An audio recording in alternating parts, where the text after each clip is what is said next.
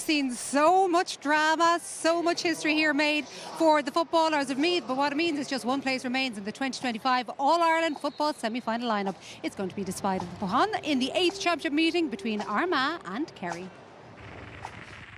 Ireland has seen many great days in the world of sport, but none can outshine All-Ireland Football Final Sunday 1953, when the largest crowd ever to witness an Irish sports event, some 90,000 people are here. The Arcane Boys bands, the cheering, flag-waving crowds, and the teams themselves, Armagh and Kerry. What a sense of occasion, what noise! Joe Cannon, it's a goal! What a goal! Kerry are playing with all the courage and ability that's part of the history of Gaelic football. Appetite, hunger, will to win. The team who want most. The spirit of this Armagh side has to be seen to be believed. All of a sudden, Kerry explode into life. Kerry, the giants of football. What a goal! The magic of it, we haven't a clue what's going to happen here. Nerve jangling, tension palpable. These Armagh men, they're battling every inch of the way. The game is over, and Armagh will get the Seventh World Cup. And Kerry have won as dramatic an All-Ireland semi-final as you're likely to see. Now this is a game of football.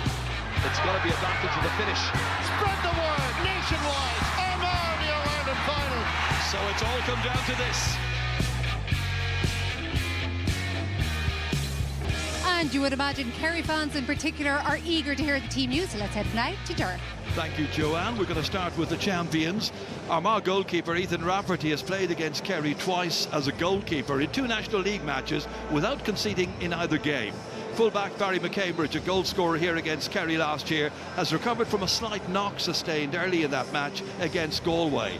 Wingbacks Ross McQuillan and Charlie Oak Burns illustrate the way in which Armagh have refreshed their forces this year. Both were substitutes in last year's championship. Niall Grimley returned with telling effect in the last match, and today he lines up in midfield with his partner from last July's All-Ireland win, Ben Creeley.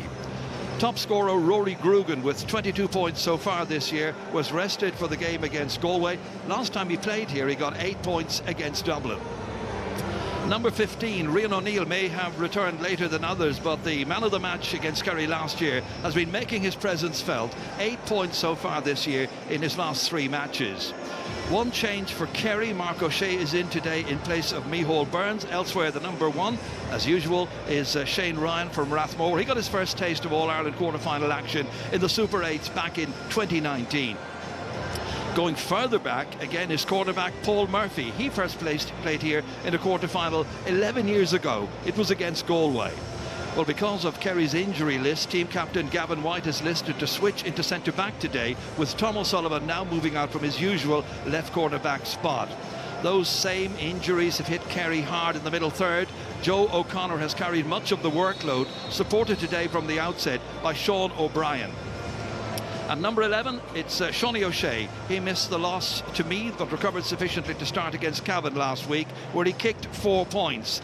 And that was a match where David Clifford once again excelled, scoring 3 goals and 7 points when it was so badly needed. That's 7-37 in just 6 games for the Fosso Maestro. Armagh know all about him. Oh, most defences know all about that man.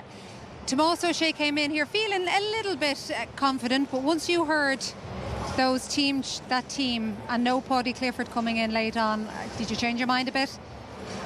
I didn't come in that confident, Joanne. I think Paddy Clifford and Paul Ganey not starting is huge for Kerry. I think it's a huge loss that the two of them aren't playing. I think you look at it, David Clifford is going to get an awful amount of attention today. So you're relying on Mark O'Shea's in from Micheál Burns, you've Shawnee Shea, Graham Sullivan, Dylan Ganey, Conor Ganey. Those 5 other players are going to have to come in with a huge performance to make up for the loss of those 2 other players. So I can't underestimate, like, Paddy is as vital to Kerry as David Clifford is inside. I've said it all week. Kerry's middle 8 for me have to outperform Armagh. Now you've already your midfield, you know, you're missing 2 players there. Diarmuid O'Connor has gone, Barry Donagh Sullivan are gone, and now 2 of your key forwards are gone as well.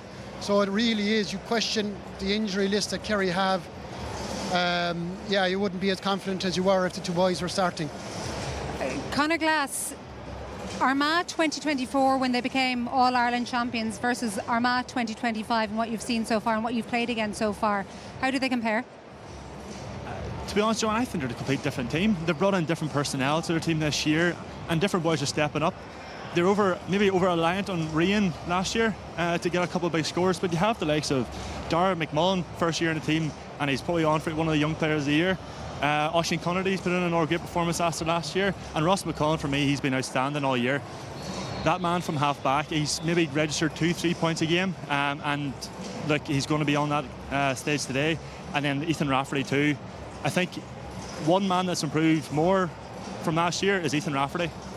Not only his shot stopping, but his ability to find a man in space, and then also he provides that threat going forward as well. So well, from the year before last, because obviously it was Blaine Hughes who was lining out last year because Ethan had the injury early on and then wasn't able to get back into the team.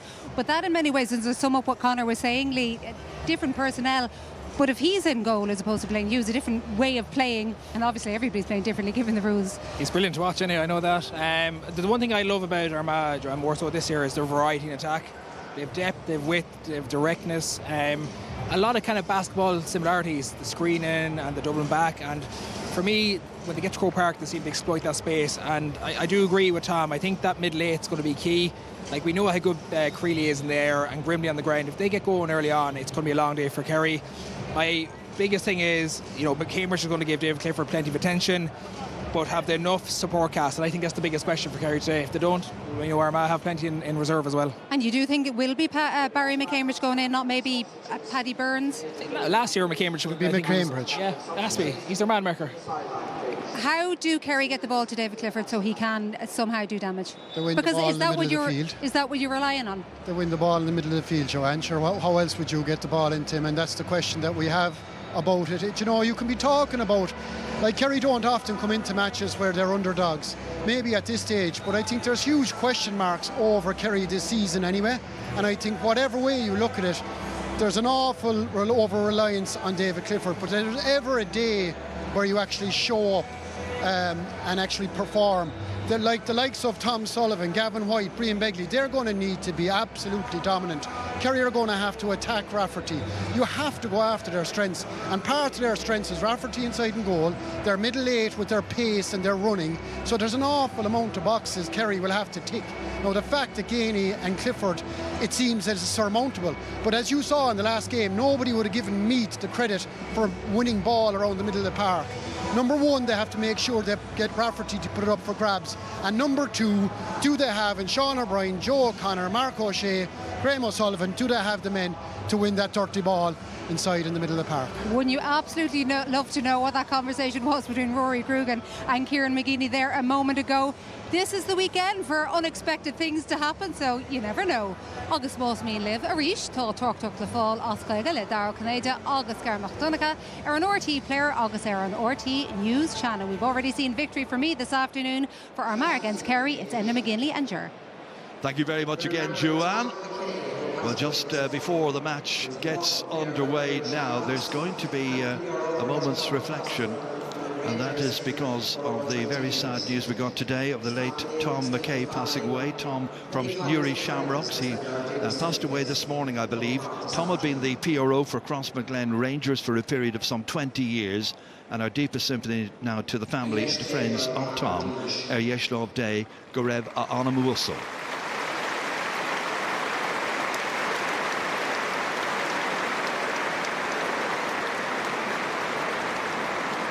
We sing our national anthem before our national games. We celebrate our... And the national anthem now is going to be played for us by the St. Joseph's Pipe Band. They were founded in Clondalkin in 1937, and this is the first time they've appeared in Croke Park since the 1940s, led by their pipe major, Tim Farrelly. So the national anthem played for us now by St. Joseph's Pipe Band. Our Anavian, our Chassadoing, Eg Peabody, Banakio, Nev Joseph, or Clondalkin.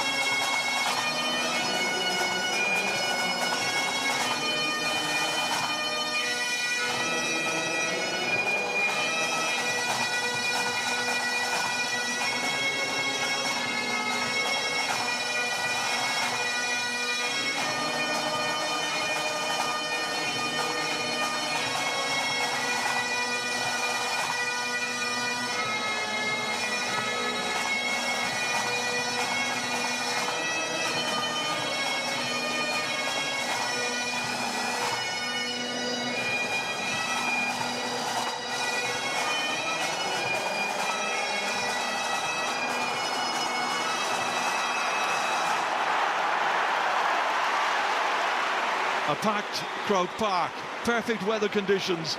Enda McGinley alongside me here. We're really looking forward to this one. Yeah, I think the whole country is looking forward to this one. We got a hell of a 20 minutes in that last game. A stunning result for me this here one. This is the two big heavyweights of the weekend. This is the clash we've all been waiting on. Packed house, perfect conditions, very, very warm. I was down at pitch level earlier. Very warm, very humid down there. 24, 25 degrees, might even be 26 before the match is over. Brendan Cawley from Kildare, from the Sarsfield Club, gets it underway. Mark O'Shea has gone into the middle of the field immediately against Niall Grimley, but taking it away instantly is Gavin White, and the captain gets down towards the opposing D. Again, then possession coughed up, and it's Armagh who group well together, tried to ruggedly get it away there. Joe McElroy, their player of the year last year, out as far as Ross McQuillan, and worked out to Darragh McMullen. McMullen played today in Croke Park for the third time, played in the League Final Division 2 last year. On to Charlie O'Byrne, and the attack now with Ross McQuillan. Armagh in the dark strip, and that first shot there comes from McMullen. Hasn't a goal to his name yet, but that was an opening there for him right at the very beginning of this match, first wide of the game. Yeah, nice pass by Conady. He just decided to pull on it first time, didn't catch it. Shane Ryan into the centre, but it was 1 against 2 that time. Creeley, but the referee decides that the Kerry man was fouled by Tiernan Kelly. So it's got to be a free for the Kingdom, and they take it very quickly and get on about their business. Tom O'Sullivan wearing that number 7 shirt, looking to try and advance here. Supported. Back to O'Sullivan again here. We know what an attacking force he can be.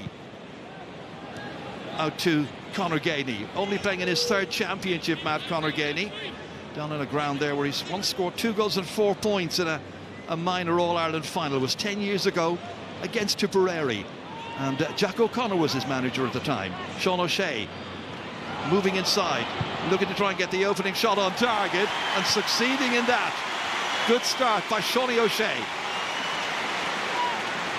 Yeah, just stepped inside again. The slips Niall Grimley slipped there. The slipping was massive over the course of the weekend so far. I'd be surprised if some of the players didn't sort of review their boot choice, but that's the first slip of today, and I give Sean O'Shea the chance. There was a lot of rain here last night, in particular between 5 and 6 o'clock, and that's taken from that kick out immediately by Dylan Casey, moved on by Graham O'Sullivan initially, nicely down.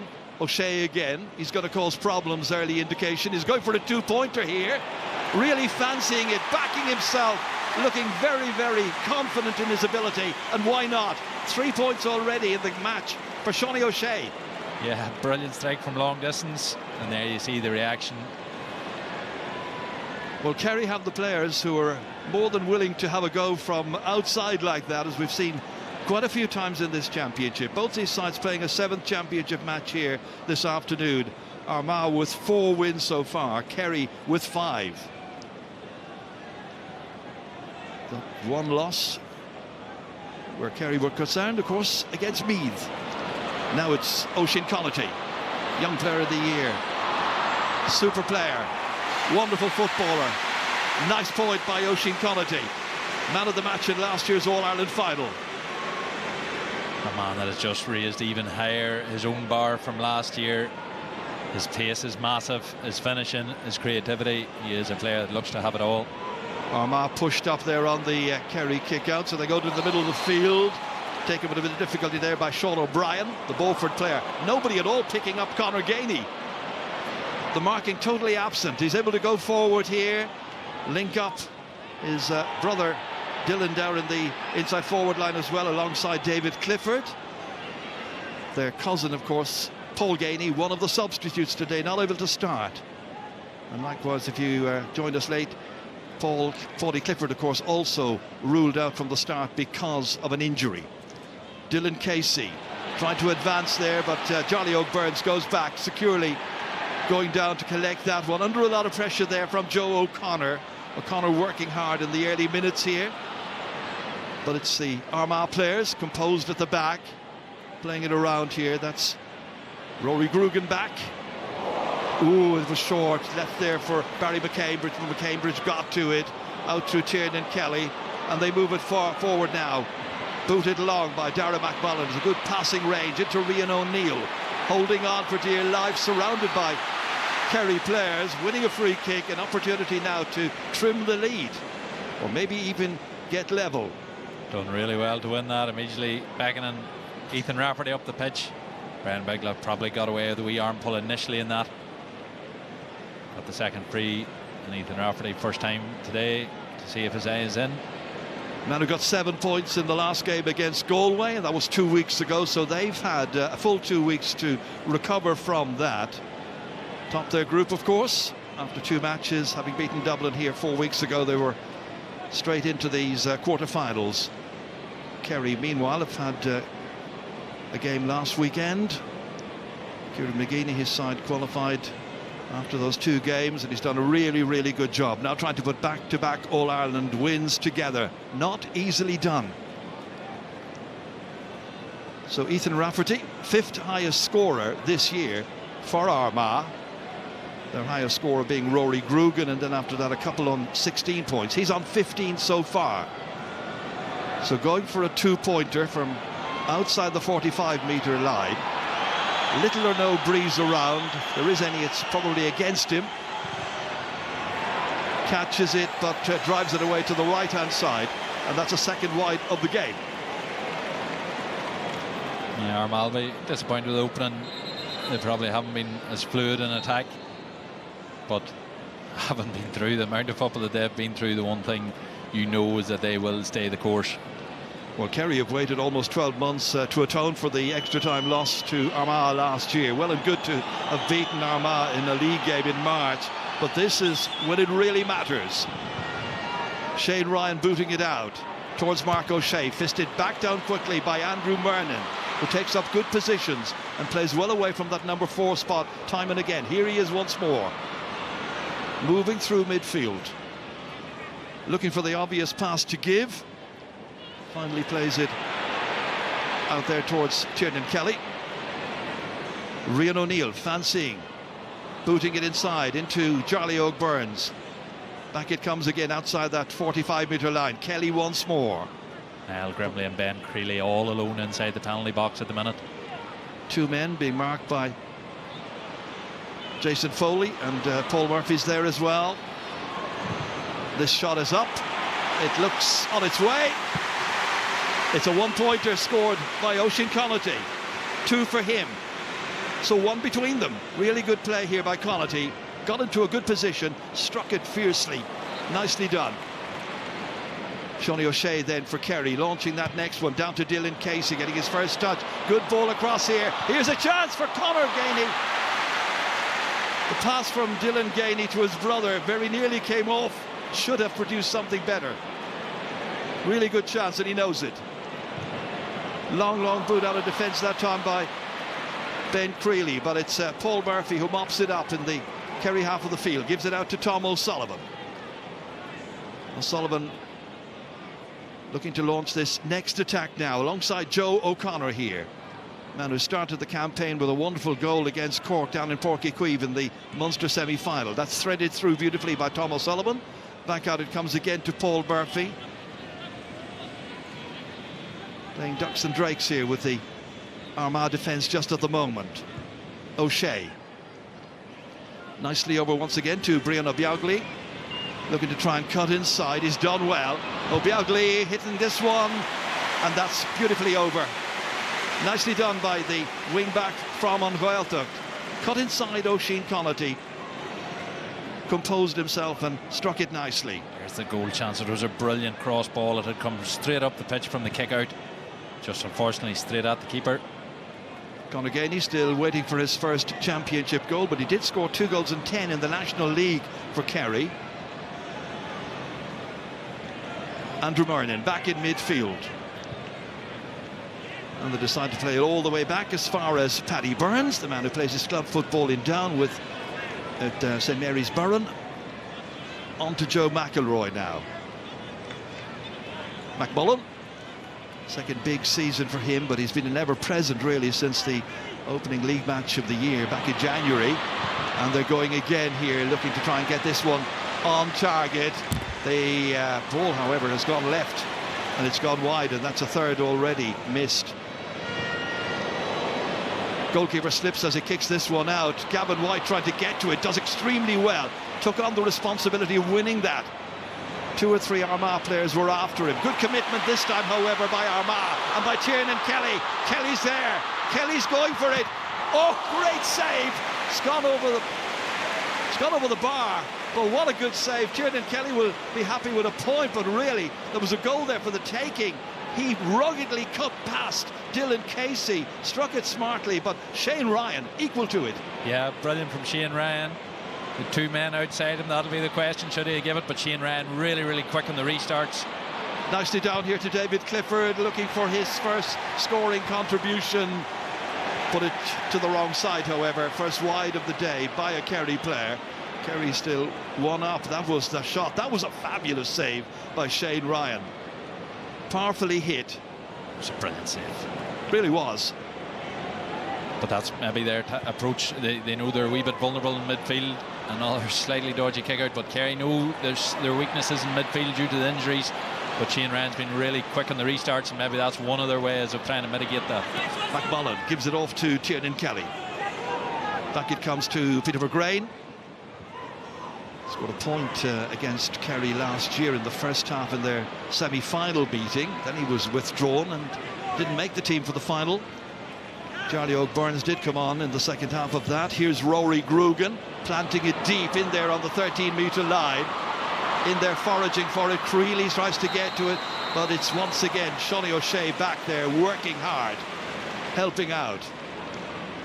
Free to Kerry. This one to be taken by Gavin White.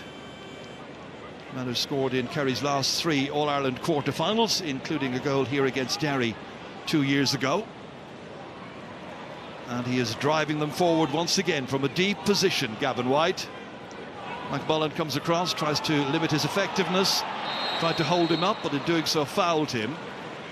Free to Kerry. Shawnee O'Shea taking it quickly, almost at his ease and his leisure. Across to Joe O'Connor. 11 minutes gone. O'Connor from the Austin Stacks club holding it up. Charlie Burns there trying to make life a bit more awkward for him. Once again it's David Clifford coming across to take this. Shawnee O'Shea, 3 points already scored. Worked as far as Tom O'Sullivan, playing today in his 43rd ever championship match, trying to dodge inside. Kept at bay. Shawnee O'Shea again, back out here to Gavin White. On his left, driving it well, but has it gone over? Yes, it has. Nice point by Gavin White. As I say, always makes a scoring contribution in a quarter-final tie. 5-3. Yeah, Kerry will be delighted. They're having a nice range of shooters, plenty of attention. Poor one by Rafferty there, plenty of attention on their reliance on David Clifford inside. But that nice spread of scorers will start to make Armagh try to concentrate on other areas. So the pressure back on Ethan Rafferty's goal once again now as Sean O'Brien plays that one in as far as Shawnee O'Shea. And now the turn of Tom O'Sullivan. Seen him played club matches wearing the number 7, once or twice played for Kerry as a wing back in the past. This is Graham O'Sullivan. He was cornerback when they last won the All-Ireland a few years ago. That time possession lost. Barry McCambridge takes it, quickly going forward. Slipped ahead, a little bit of indecision there among the 3 Armagh players leading the attack. Now Grimley eventually looking for support players, has it outside. A little fumble there by Charlie O'Byrne. Back it comes once again. It's Connaughty once more, played back. McGrain further back again. Scoring opportunity, can they take it? Not this time. 4th wide. This time it's the turn of Niall Grimley to miss that. Armagh will be disappointed there. It was a brilliant opening for them, and it was just one fist pass, went to the ground. There was a bit of a fumble, went to the ground, and with that Kerry were able to get back ground, keep enough pressure on to force the wide shot. Bit of a slow start for both of these teams. Down it goes. Clifford trying to reach it that time. Nice little pick up by David Clifford, working hard. Pursued there by Tiernan Kelly, taking it on his right, leaving it up, watching his handiwork, and it gets a white flag. David Clifford's first point of the day. Well, that's a serious score by Clifford started off with a flick, but then it was his power as he ran through. Tiernan Kelly was closing in from the back. It was a simple wee shrug of the shoulder. He threw Tiernan Kelly off. Not exactly the easiest task, and then finished it like that. And Graham O'Sullivan has taken that Armagh kick out. It's once again Clifford going down. Referee points towards the Armagh goal at Hill 16. So it'll be another opportunity for Kerry to stretch their lead. Once again, it was David Clifford. It was just a poor kick out that time by Ethan Rafferty. Hasn't quite settled yet, the Armagh goalkeeper, I think. So one of his kickouts go out over the sideline, and that last one there easily seized on. It's got to be Shawnee O'Shea who will take this, looking to add to the 3 points he's already got. Second highest scorer for Kerry this year in the championship.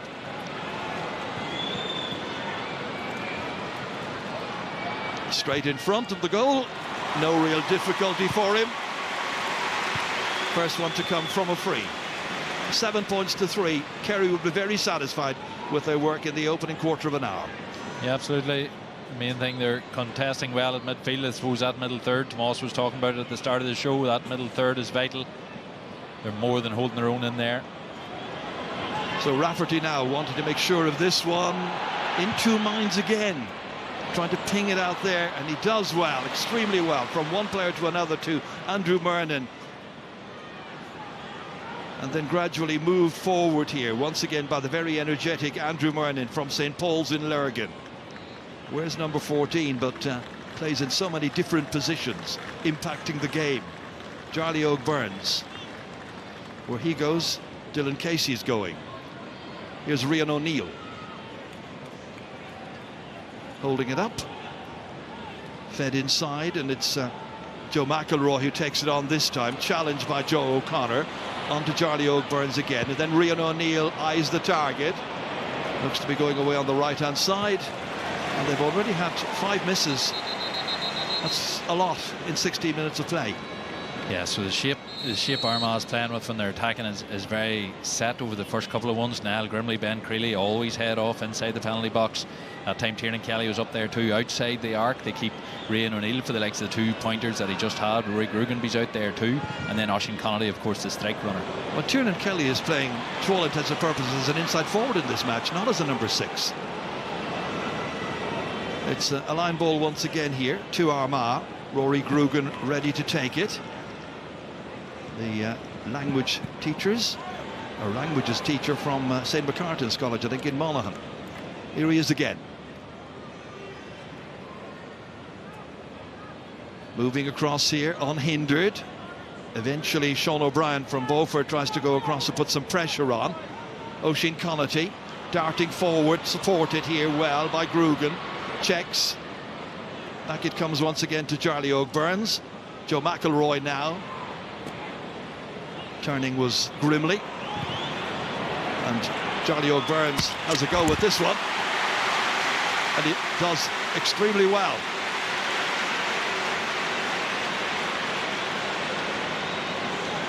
Better for Armagh, they just kept releasing. There was a couple of men had almost chances, and it was just a matter of who was going to pull the trigger. Charlie Oak that time did. And his dad was very, very happy with that. Oak Duran coming, Luke Rasquel, Charlotte Burns. Reaching in to get that one was Mark O'Shea, did extremely well, held on to it. Jason Foley feeding it forward. Game picks up a little bit. Dylan Gainey now as far as Shawnee O'Shea. O'Shea moves inside the 40-metre arc, recycles it back as far as Sean O'Brien again. Played against Armagh this year in the National League, was one of 8 scorers on the night in Tralee when Kerry had a victory against the All-Ireland champions. Kerry on their way at that stage to winning the league title. Shawnee O'Shea. Switching it back once again to Brian Obiaglia, player who began his championship career in 2016. In here nicely, Graham O'Sullivan slipping on that ground, which does appear to be quite slippery down there. Once again, it is Brian Obiaglia. Support arriving at his leisure there almost. No great pressure immediately on him anyway. Dylan Gainey now. Turn back here to O'Shea once again. Again, pretty much doing as they like. In as far as Clifford, can he put the finishing touches to this move? But he can, but not with the accuracy that he was looking for. So that's a second wide now by Kerry. leading by 2 in the 19th minute. Ethan Rafferty again goes out to that flank out there. Once again, it's Andrew Murnan making himself available, taking it past a number of Kerry players, switched on as far as Joe McElroy, transferred to Charlie O'Byrne, got that 2-pointer a little while back. Motoring well, unhindered up to that point there. Turning it back to Murnan, who began it all with the take from the restart. Back out to Darragh McMullen. Crowd now in good voice. Huge crowd at Croke Park. Packed capacity for an All-Ireland quarter-final. Great to see. Here's Ross McQuillan. Turned back once again, several players involved. Rian O'Neill in the end, and Rian O'Neill gets that right boot to it, does the needful, gets his first point of the match, and makes it a 1-point game. Yeah, Niall Grimley with the all-important screen there as he led it off, just the block of the man. It's something referees haven't started to penalise yet, and players are getting very smart to use it, created a lovely window of opportunity, and Rian O'Neill made no mistake. Shane Ryan's restart, easily able to pick out Dylan Casey. Moved into the centre here as far as Graham O'Sullivan. Happy to be playing in the middle third. That's booted down by Dylan Gainey down here to David Clifford. Took it well. Now who's marking him is Barry McCambridge, his usual marker when the teams meet. That was touched by an Armagh player last, so the pressure will be on their goal area once again. Murnan back down there working hard. Running repairs being carried out by Clifford. Shawnee O'Shea restarts from the sideline. Paul Murphy now, player has played in 5 All-Ireland finals, very, very experienced man. When he was playing in his first All-Ireland quarter-final back in 2014, he had Shane Enright and Mark O'Shea as his colleagues in the full back line. Change times. Shawnee O'Shea up against Charlie O'Byrne, moved back again here, back to Conor Gainey, darting inside, looking to get this shot away on his right, and that one has gone wide. So that's a couple of efforts that he's had. It's a third wide by Kerry. Stays 7-6.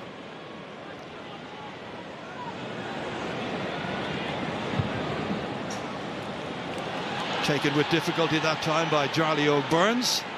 Moved back here to his cousin Paddy, playing at right corner back, although in a left position at this stage. Holding it. You have to see the fireworks in this quarter-final, but then the last match was also a very slow starter. And that's turned over badly there by Armagh, collected by Sean O'Brien, and then he is surrounded immediately, almost overholds, balls pops up eventually. Anybody's possession at the end of all of this. Referee allowing it to continue. Referee Brendan Cawley from Kildare, and out they come eventually and to get possession. Kerry through Graham O'Sullivan, kicked in by Tom O'Sullivan. Down into the corner here as far as Dylan Gainey, looking to try and take on his man, get it on the right, under-hitting it, however, never had the power behind it. They're missing his cousin, Paul Gainey, out with an injury he sustained in the Munster match some weeks back when they were playing against Cork down in Páirc Uí Chaoimh in the All-Ireland series. Oisin Connaughty takes it out.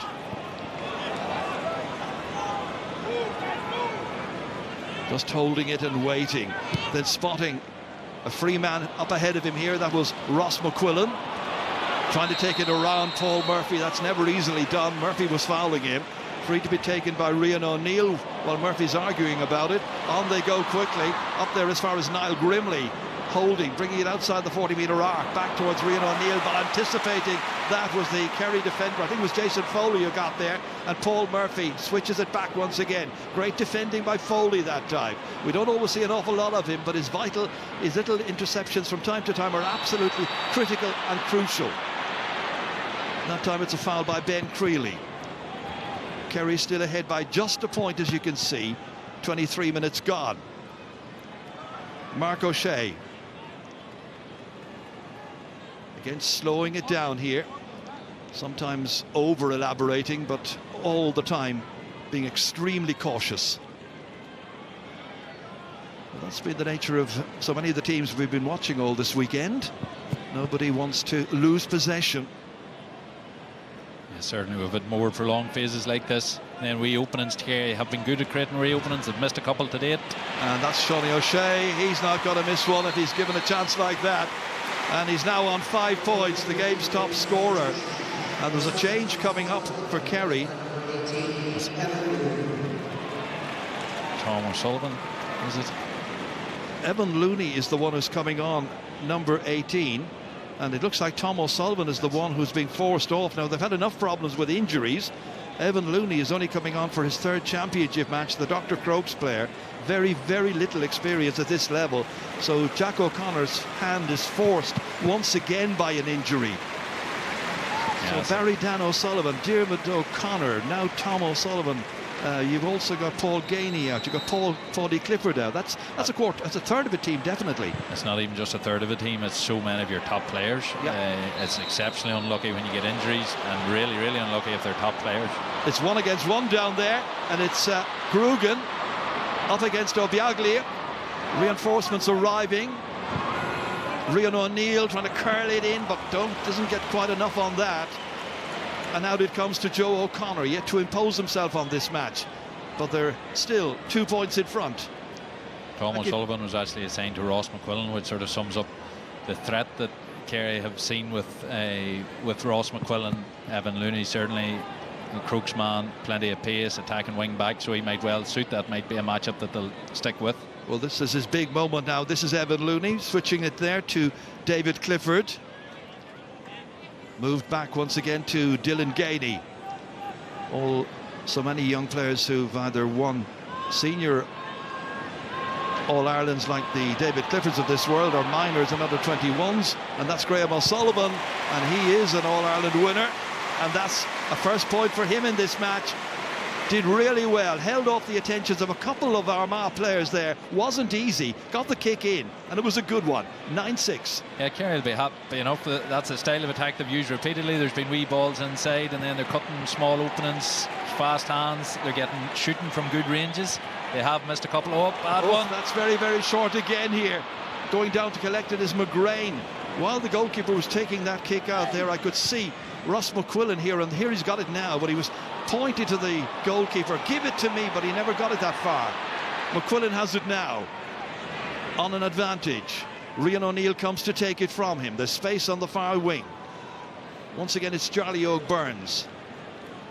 Nearest Kerry player to him is Joe O'Connor. This match inside, Ben Creeley versus Gavin White, completely alone, which is interesting. Once again they raid. Oisin Connaughty, 2 points already against his name. Andrew Murnan moving it back to Joe McElroy. About 9 minutes to go to half-time. Low enough scoring first half of this quarter-final tie. Held onto by Dara McMullen. Switched across here, and Rafferty has come forward. The goalkeeper looking to try and make his presence felt. It wasn't the best of passes, but he is able to recover it here. His intended recipient was this man here, Rory Grugan, who has it now. Rafferty is staying forward. They have 4 defenders back in their own half. As a switch Armagh pull all the time, Rian O'Neill stepped across the far side of midfield, and Ethan Rafferty came bombing on this side of the Hogan stand, across halfway. Charlie O'Byrne about to be challenged by the substitute Evan Looney.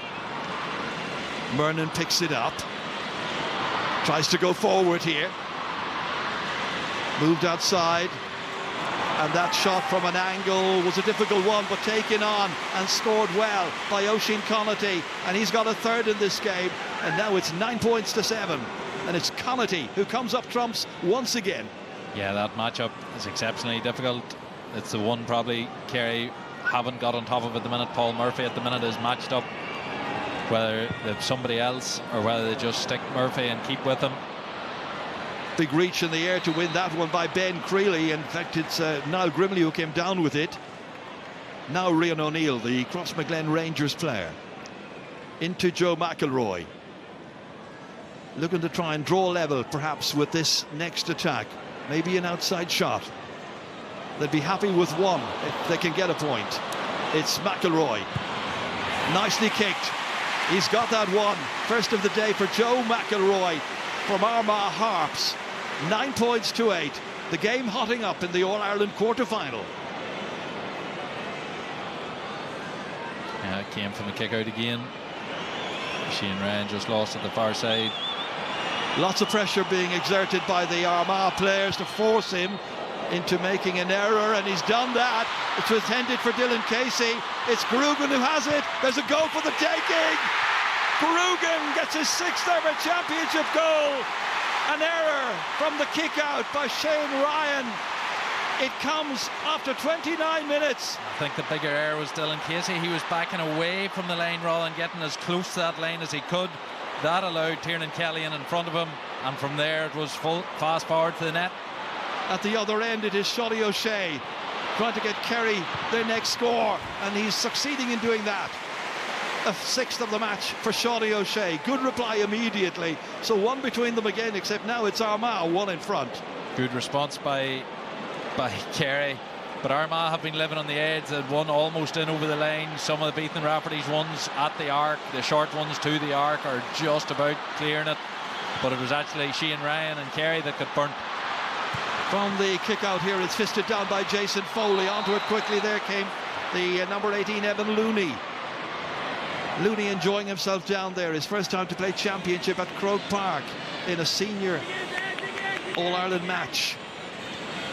Shawnee O'Shea, top scorer so far. David Clifford with just 1 point. It's O'Shea going for another 2-pointer here. Ambitiously done. He's got another. His second 2-pointer of the first half. He's now on 8 points. Great contribution by the Kenmare Shamrocks man, who makes it 1-8 to 12 points. And now it's Kerry who leads by a point. Goal wiped out in 2 minutes. Fast restart. Got the point at the other end, and there's the 2-pointer. Great kick out this time to Niall Grimley. Switch back here as far as Darragh McMullen moved ahead to Rian O'Neill. The lead changing hands time and again now. That was again good work by Jason Foley to get it out as far as Murphy, and his pocket is picked, or it's Bagley whose pocket was picked that time. Back it comes, and Gavin White able to steer it out to the right hand side to Joe O'Connor. Able to move forward now here. Here's David Clifford.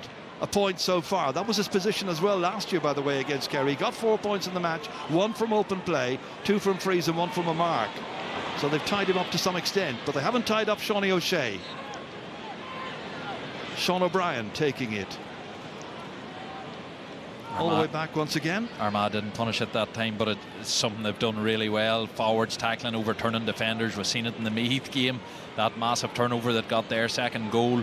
So forwards being able to tackle, and defenders not having the spare man of the keeper. We haven't seen it as much as expected this year, but certainly this weekend it's been prevalent. 50-50 possession so far. That comes back here once again towards Dylan Gainey. Would love to score. He might just do so here. Steering that one over brilliantly. On his left in his 10th championship match. Great score. So it's 1-8 to 13 points. Kerry by 2. Close to half-time, about 3, nearly 4 minutes away. Ethan Rafferty once again with this kick out again, going right down through the centre, hoping for the best. Murnan fisting it on, and the referee saw a foul there, so it's got to be a free in, indicting Kerry.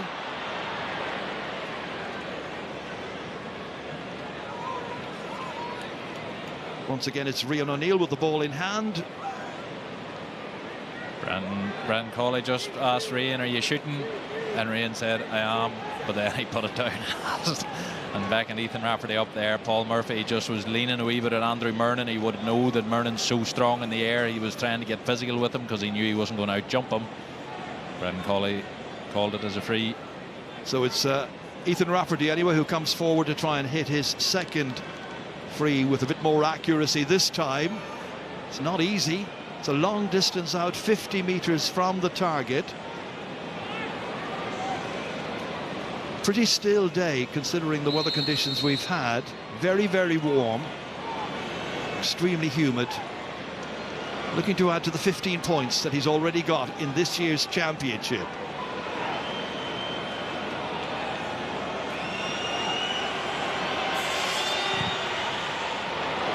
again. It's gone away to the left, but it's gone over this time. And he's got a 2-pointer. Nicely done. 110 to 13 points. The teams are level for the first time. Yeah, fantastic strike for Ethan Rafferty. Just superb skills, so valuable in the modern game. Paul Murphy gets to that one. They had difficulty with the last one they took, and of course it resulted in an Armagh goal. This time pressure on by Rian O'Neill, but Kerry get away with that, and Joe O'Connor is able to solo downfield. Switched away quickly by Dylan Gainey. Over to Jason Foley. Moves smartly on here as far as Sean O'Brien. Gainey once again to collect it here. Dylan Gainey, younger of the two Gainey brothers. Gavin White taking it up. Kerry will be quite pleased with the way they have performed in the first half. Good response by Armagh. That goal was very important after, what was it, 29 minutes.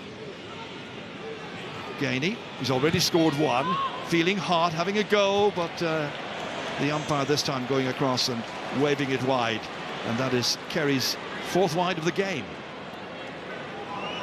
Jack O'Connor managed a winning All-Ireland team on 4 occasions. Winning back-to-back is not easy. That's what Kieran McGeeney and Armagh are trying to do. It's what Jack O'Connor and Kerry have not managed in his time as manager. It's a stunning kick out by Ethan Rafferty. Got Murnan right on the wing, about a metre target from 50-60 metres away. Rory Grugan, man who got that important goal. On it goes to Dara McMullen. Back to O'Neill again. They now realise they're just about 50 seconds until we will be hearing the hooter going here. Teams level.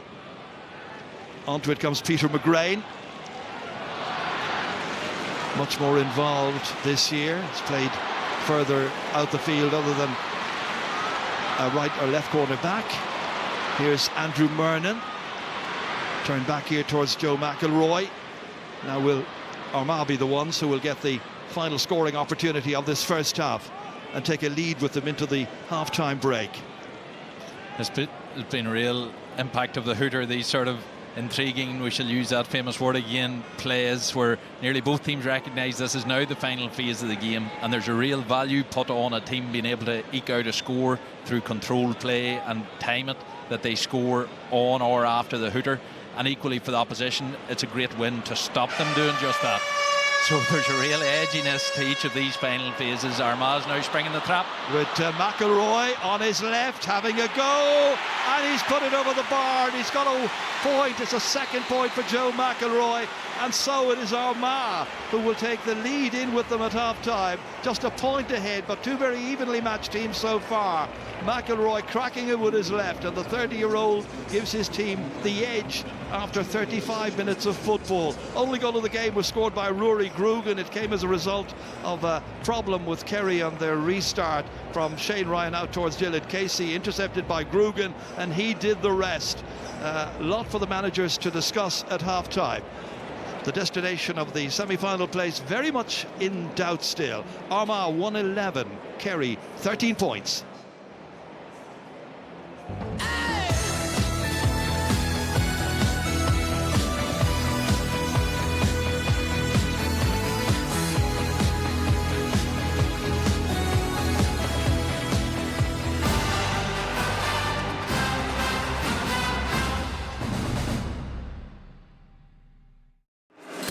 SuperValu believe in community, and community includes everyone.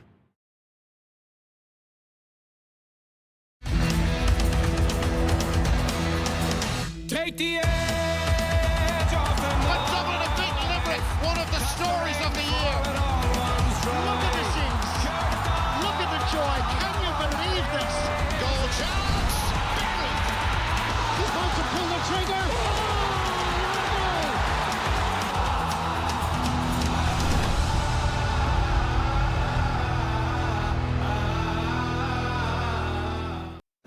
You might expect a delicious sounding description here, but do we really need it?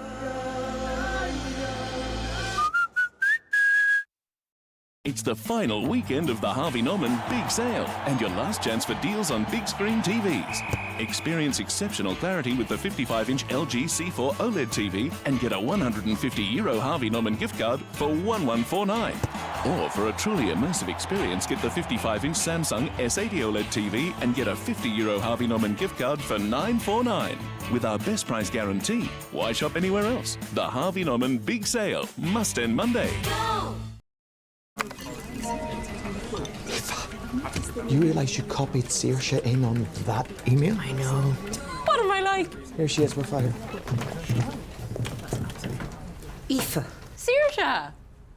Anything you'd like to say about breakfast? Go on.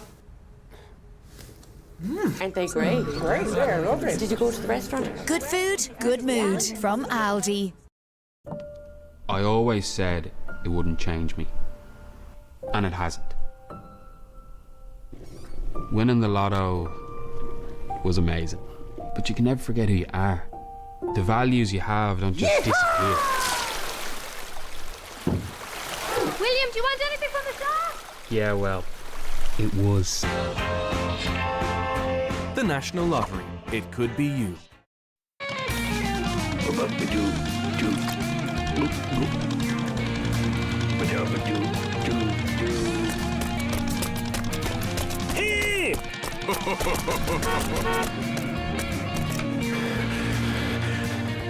Red Bull gives you wings. You might think you know Ireland's hidden heartlands, but maybe it's time for a closer look to chart your own course through sparkling still waters, where adventure waits amongst the treetops and on foot over ancient trails, to chance upon charming towns and drift with the flow of this land. Keep discovering Ireland's hidden heartlands. All right, team, we've got less than 4 minutes before she gets her car insurance quotes. Brendan, you're up for the web chat if she wants assistance. I wonder what kind of car she's going to get. Focus, Brendan, focus. Brent, it's for you. On it. RedClick, insurance that just clicks. Save an average of €245 when you quote online. AIB, proud sponsors of the All-Ireland Senior Football Championship.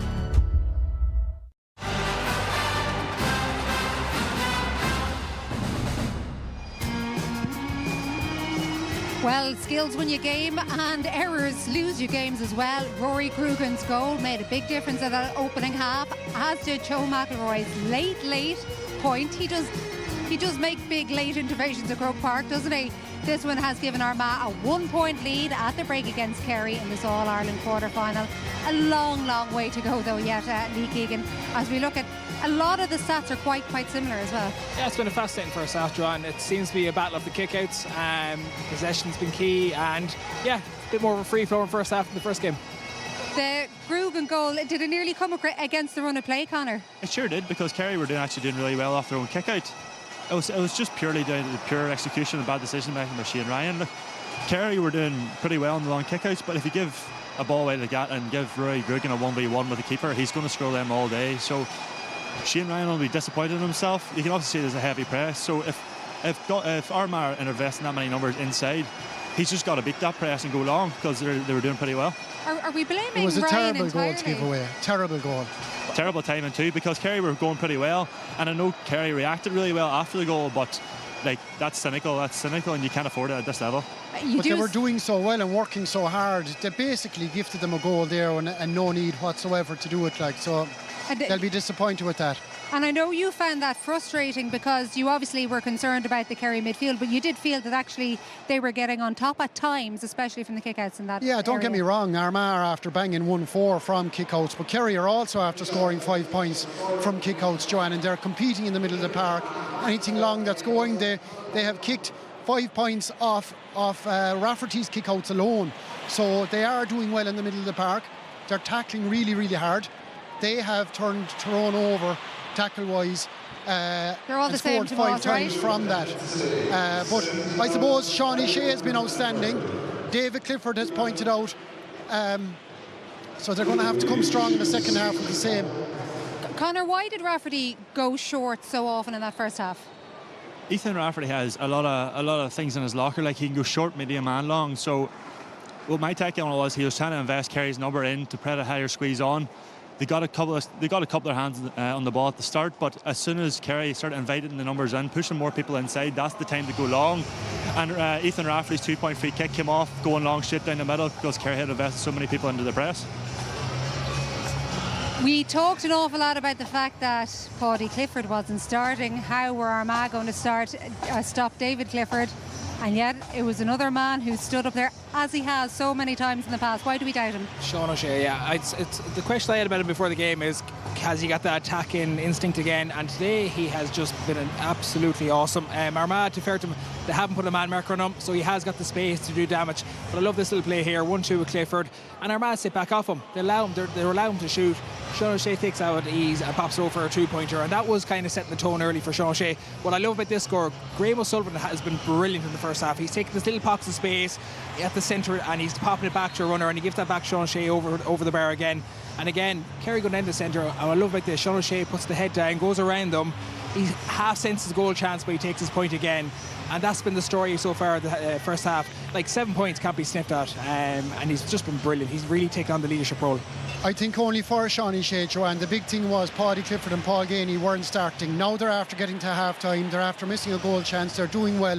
They're in a very, very good position because they have the two boys to come on. Don't get me wrong, I think Armagh have a strong bench to come in as well, but Kerry are in a very good position at half-time and could do it. It all will boil down to possession around the middle of the park, basically. Yeah, it is, as Enda McGinley said, going to be intriguing, but these days that is a good thing. The crowd are buzzing here. Over 70,500 have come here to watch this doubleheader, which of course included Meath's victory a little bit earlier on, but it's this game we're concentrating on. It is so close. The second half of Armagh and Kerry is up next.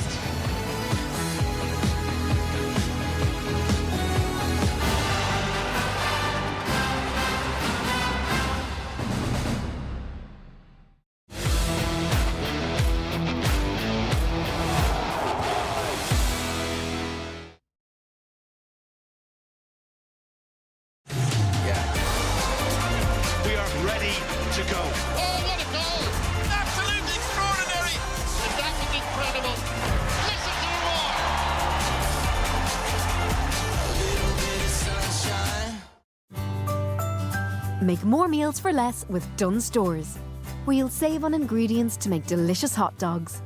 That's Irish pork sausages, cooked in a pan before serving in warm toasted buns, with your favourite toppings, all from the Dunnes Stores range. Perfect for the whole family. Plus, you can save at the till with a 5 off 25 grocery voucher. Dunnes Stores, always better value.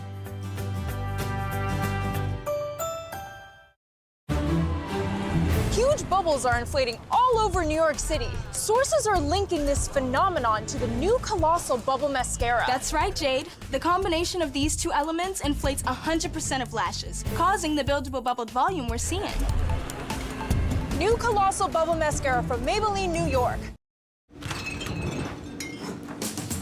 Hey, Damson. Have a good drive today. Have fun driving, Damson.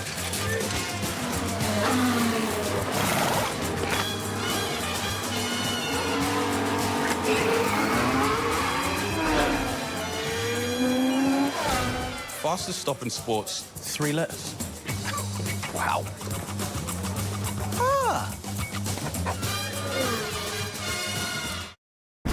What you're looking at is the most powerful being on planet Earth. I will not accept that. Got to get back to the fray. Superman in cinemas July 11. I was in pain with my right hip going to different countries on a flight. With the pain I was in, wasn't really an option for me. I Googled hospitals in Belfast and Kingsbridge came up. Republic of Ireland residents can get rapid access to cross-border surgeries at Kingsbridge private hospitals in Belfast and Derry, with medical costs reimbursed by the HSE. Find out more at kingsbridgeprivatehospital.com/cross-border. Kingsbridge, your fast track to 5-star care.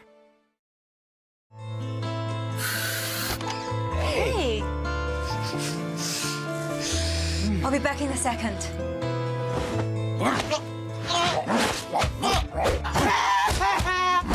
Oh, you love them. Be sweeter than the sweetest with the new Lynx Fine Fragrance collection.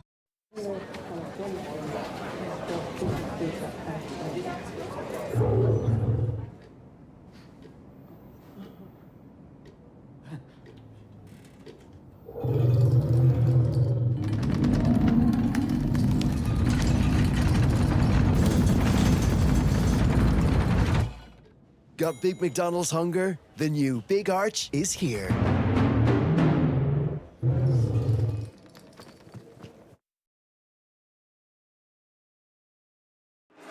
SuperValue believe in community, and community includes everyone.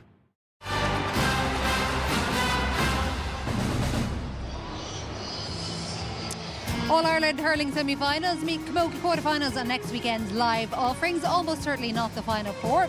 Most people are predicting hurling or football, as it turns out, but maybe there'll be even more twists ahead. And we're going to be live on Saturday from 2:15. That one is Cork against Dublin, the hurling, along with Waterford and Clare in the Camogie. And Kilkenny and Tip are on the Sunday in both the hurling and the Camogie. That one is from 1:15. We are still at half-time between Armagh and Kerry, but this is what has been happening during the half-time break. Tomás O'Shea, you do often wonder if somebody's fit enough to come on. Are they not fit enough to start? Are you risking having him come on if he has to go off again? Yeah, I'd imagine, Joanne, they had to make a decision. He wasn't going to last a full game, so do you wait until half-time and get him in, or do you start him? I would have started him, but I think Kerry are in a very good place. Take that goal out of it, and Kerry did really, really well in that first half, missed a goal chance themselves. The key thing for Kerry now is, yes, you'll have Paddy coming in and you'll have a huge impact off him coming off the bench, but it's that third quarter where Armagh will drive on and try to make fitness count. Kerry aren't in a bad place at all. They'll be happy if they can keep the winning ball around the middle of the park. David will probably need to spark on a little bit more, and if Paddy can have an influence, and if you have Paul Ganey coming in, then that bench is there. But Armagh they don't have Stephen Campbell, but they do have a strong bench to come in themselves, so it's going to be a fascinating second half. The big question, I would say, can Kerry stay with them fitness-wise, pace-wise and competitiveness in the second half? In an inter-county setup, Conor, when you get in at half-time and you've noticed what the opposition are doing, are there plans in place for alternative game plans and alternative ways of defending or attacking for the second half? Yeah, I guess that would be done during the week or the week leading up to the game. I guess when you come in at half-time, you just want to relax, rest up a wee bit and clear the head, because once you're out there, it's quite hard to think clear. So I guess both these teams now have filled each other out leading into that first half, you know, and as Tomás spoke about before, I think Kerry are in a fairly good position. Armagh probably played the better football in the first half and then leading out to 1 point sort of margin in the first half, you know, but Kerry will come out, no doubt, in the second half and put in a good performance. Did you think Armagh played the better football in the first half? I thought Kerry worked harder. I thought defensively they're doing really well. They're cutting off those 2-point efforts. My worry is how much energy they're expanding trying to stop Armagh. Like we're on about bench impact, but I'm looking at the likes of Jason Duffy, Conor Turbot, Pace, Aidan Forker, their captain last year. Do you know, there is quality to come off the bench. And the big question is, I do agree with you, Tom, is that Armagh brings such a high octane pace to the game, and that middle third now is going to be bigger than ever, and if Armagh get enough ball, they'll overrun Kerry, I think, later on. But they can be got at the back. That's the one thing that Kerry will hang on to. The scores they've conceded in the first half, Armagh, they can't be happy with it. They were opened up for a goal chance that should have been taken. It wasn't. So that's the one thing. If Kerry can win enough, they will create it. Can they take the chances is the big question. You know, they've been beaten twice. Armagh have been beaten twice. They're not. Everybody's saying that Armagh are the top team of the country. I don't know. But Tom, I'd agree with you, because Armagh, take the Dublin game. Dublin had 30 shots, couldn't score. They're allowing Kerry to shoot around the 2-point arc, and Sean O'Shea's made hay in the first half as a result. So. Well, I see Kerry coming out here, but Conor Glass has played against all the teams in the country. Are Armagh the top team in the country from that you've played against? Absolutely. I think the energy that those boys create, they're big, competitive, they have the momentum, they have the confidence from last year, and once that goes down the line, the composure, they've played with each other for 12 months, 13 months, and these big games. So they have been the best team this year, and no doubt they'll carry it into the second half. They're still number one until they're beaten. So. They are number one until they've beaten. They only have those 2 All-Irelands, of course, back in 2002 and 2024. They're looking to do this elusive back-to-back. The difference, having Paddy Clifford come on, and does that change the way Sean O'Shea plays? I hope not. I hope from a Kerry point of view it doesn't, but it definitely adds something for David in particular. We all know Paddy's connection with his brother David and the ball he wants to give inside him. My worry is I don't want to see Sean O'Shea starting going back doing that donkey work we said earlier. I want to see him front foot again like the first half. So maybe it does change a little bit, but from a Kerry point of view it gives him better options from an attack point of view, because we all know Paddy's heads up. He always wants to deliver ball inside, and that's key for what they need in the second half. Tom Sullivan is a huge loss. He's after going off there in that first half. He's a big loss for Kerry. Evan Looney, who wouldn't have a lot of experience at inter-county level, is there. We saw Brian Begley bomb on, kick one, score. Kerry need that middle eight to ask questions of Armagh in that second half. It's Conor Gainey, by the way, who has gone off in order for Paddy Clifford to take his place on the pitch. You heard that massive roar. Armagh, as usual, have travelled in numbers. Can they bring home the victory, though? Second half now with Enda Dur. There's a lot of Armagh people here, Joanne, that's for sure. So Paddy Clifford comes on for his 29th championship appearance. Now, can he make a big difference? As Tomas was mentioning, by the way, during the break there, Enda, the fact that Soupy Campbell is not available for Armagh, that is a big loss for them.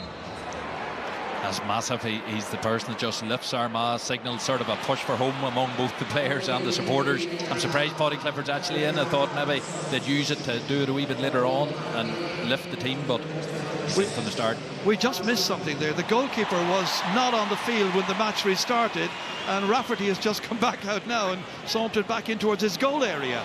Never seen that before. We're seeing McMullen come and get another point here for Armagh. First of the day for him, so their lead pushes out to 2.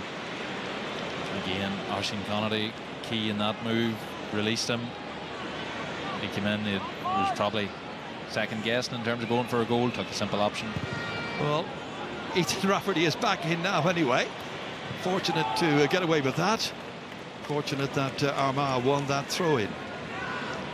Line ball to Kerry, taken quickly in as far as Gavin White. Straight away it's Paddy Clifford calling for it, wanting to make an impact, impose himself on the game, direct operations now as he usually does. Out as far as Joe O'Connor. They've got work to do. O'Connor coming in here. Oh, over the crossbar, hit the crossbar as well, but it's a point for Joe O'Connor. It's one back, so as you were at half-time, a 1-point difference. Yeah, Joe O'Connor's been massive for Kerry all year. He's quite quiet by his standard that he set for himself all year, but there he started this half certainly with a bit of more intent. Rafferty kicking out for the first time in the second half into the middle, and Armagh players come storming forward here. Charlie Oak Burns against 3 Kerry men, holding them off, winning a free as well. They're pleading that he took the ball too far in his possession, but the referee says he was being fouled. Free for Armagh. Yeah, he was on advantage the whole way and he just kept driving, forcing the tackle, won the second foul, and almost perfectly for Armagh. It's outside the arc.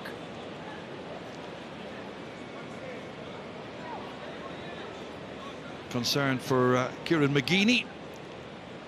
And the other Kieran's down there as well. Kieran Donaghy, the Kerry man, who of course played against Armagh back in 2006 to telling effect in that year's quarter-final. Charlie Oak's going to have to come off as a blood sub here. What a great season he has had, from being a peripheral player largely last year, coming in to do the bits and pieces, but then this year ever present and really has been marvellously efficient. But absolutely, but it was all about what Armagh had done last year. The sheer depth of their squad is because they've had so many senior players who were solid first 15 players, and then they were down onto the bench, but they all stayed the course and stayed with it, and that has given them such depth. We've seen Ethan Rafferty drop to the bench last year. He's back in and he's so crucial this year. Ross McQuillan, Charlie Oak Burns, that sort of depth cannot be created unless players stay the course, and he's one of them, and he's getting his due reward this year. So he needs to get patched up. Meanwhile, Jason Duffy from Cullyhanna comes on. It's going to be a free kick. It'll be taken by Rian O'Neill, so a point the margin at this stage. Early minutes in the second half. Light breeze behind him. Referee wants the Kerry player nearest to him to drift back. That's Dylan Casey. So O'Neill, who got 1 point in the first half from open play, appreciating that every opportunity in a tight match like this has to be availed of. Catches it smartly, catches it well, directs it between the uprights and gets a second point of the game. With Armagh, it's like, which club are you selecting from the golf bag? If it's inside the 45, Rian O'Neill took it, yet we've seen one in the first half that was about 5-6 metres outside the 45 and Rian called Ethan up. So that 2-pointer then results in a 3-point difference between the sides, and it's Rian once again who's got possession. Moves forward, looks for a support player. Grugan helping him out. Played back as far as Niall Grimley, the player from Madden. Calling for it on this near side of the field is Darragh McMullen, who made that bright start to the second half with his point. So Armagh's turn now just to hold possession here. Oisin Connaughty, a very good first half by him, 3 points. Back to McMullen again it comes.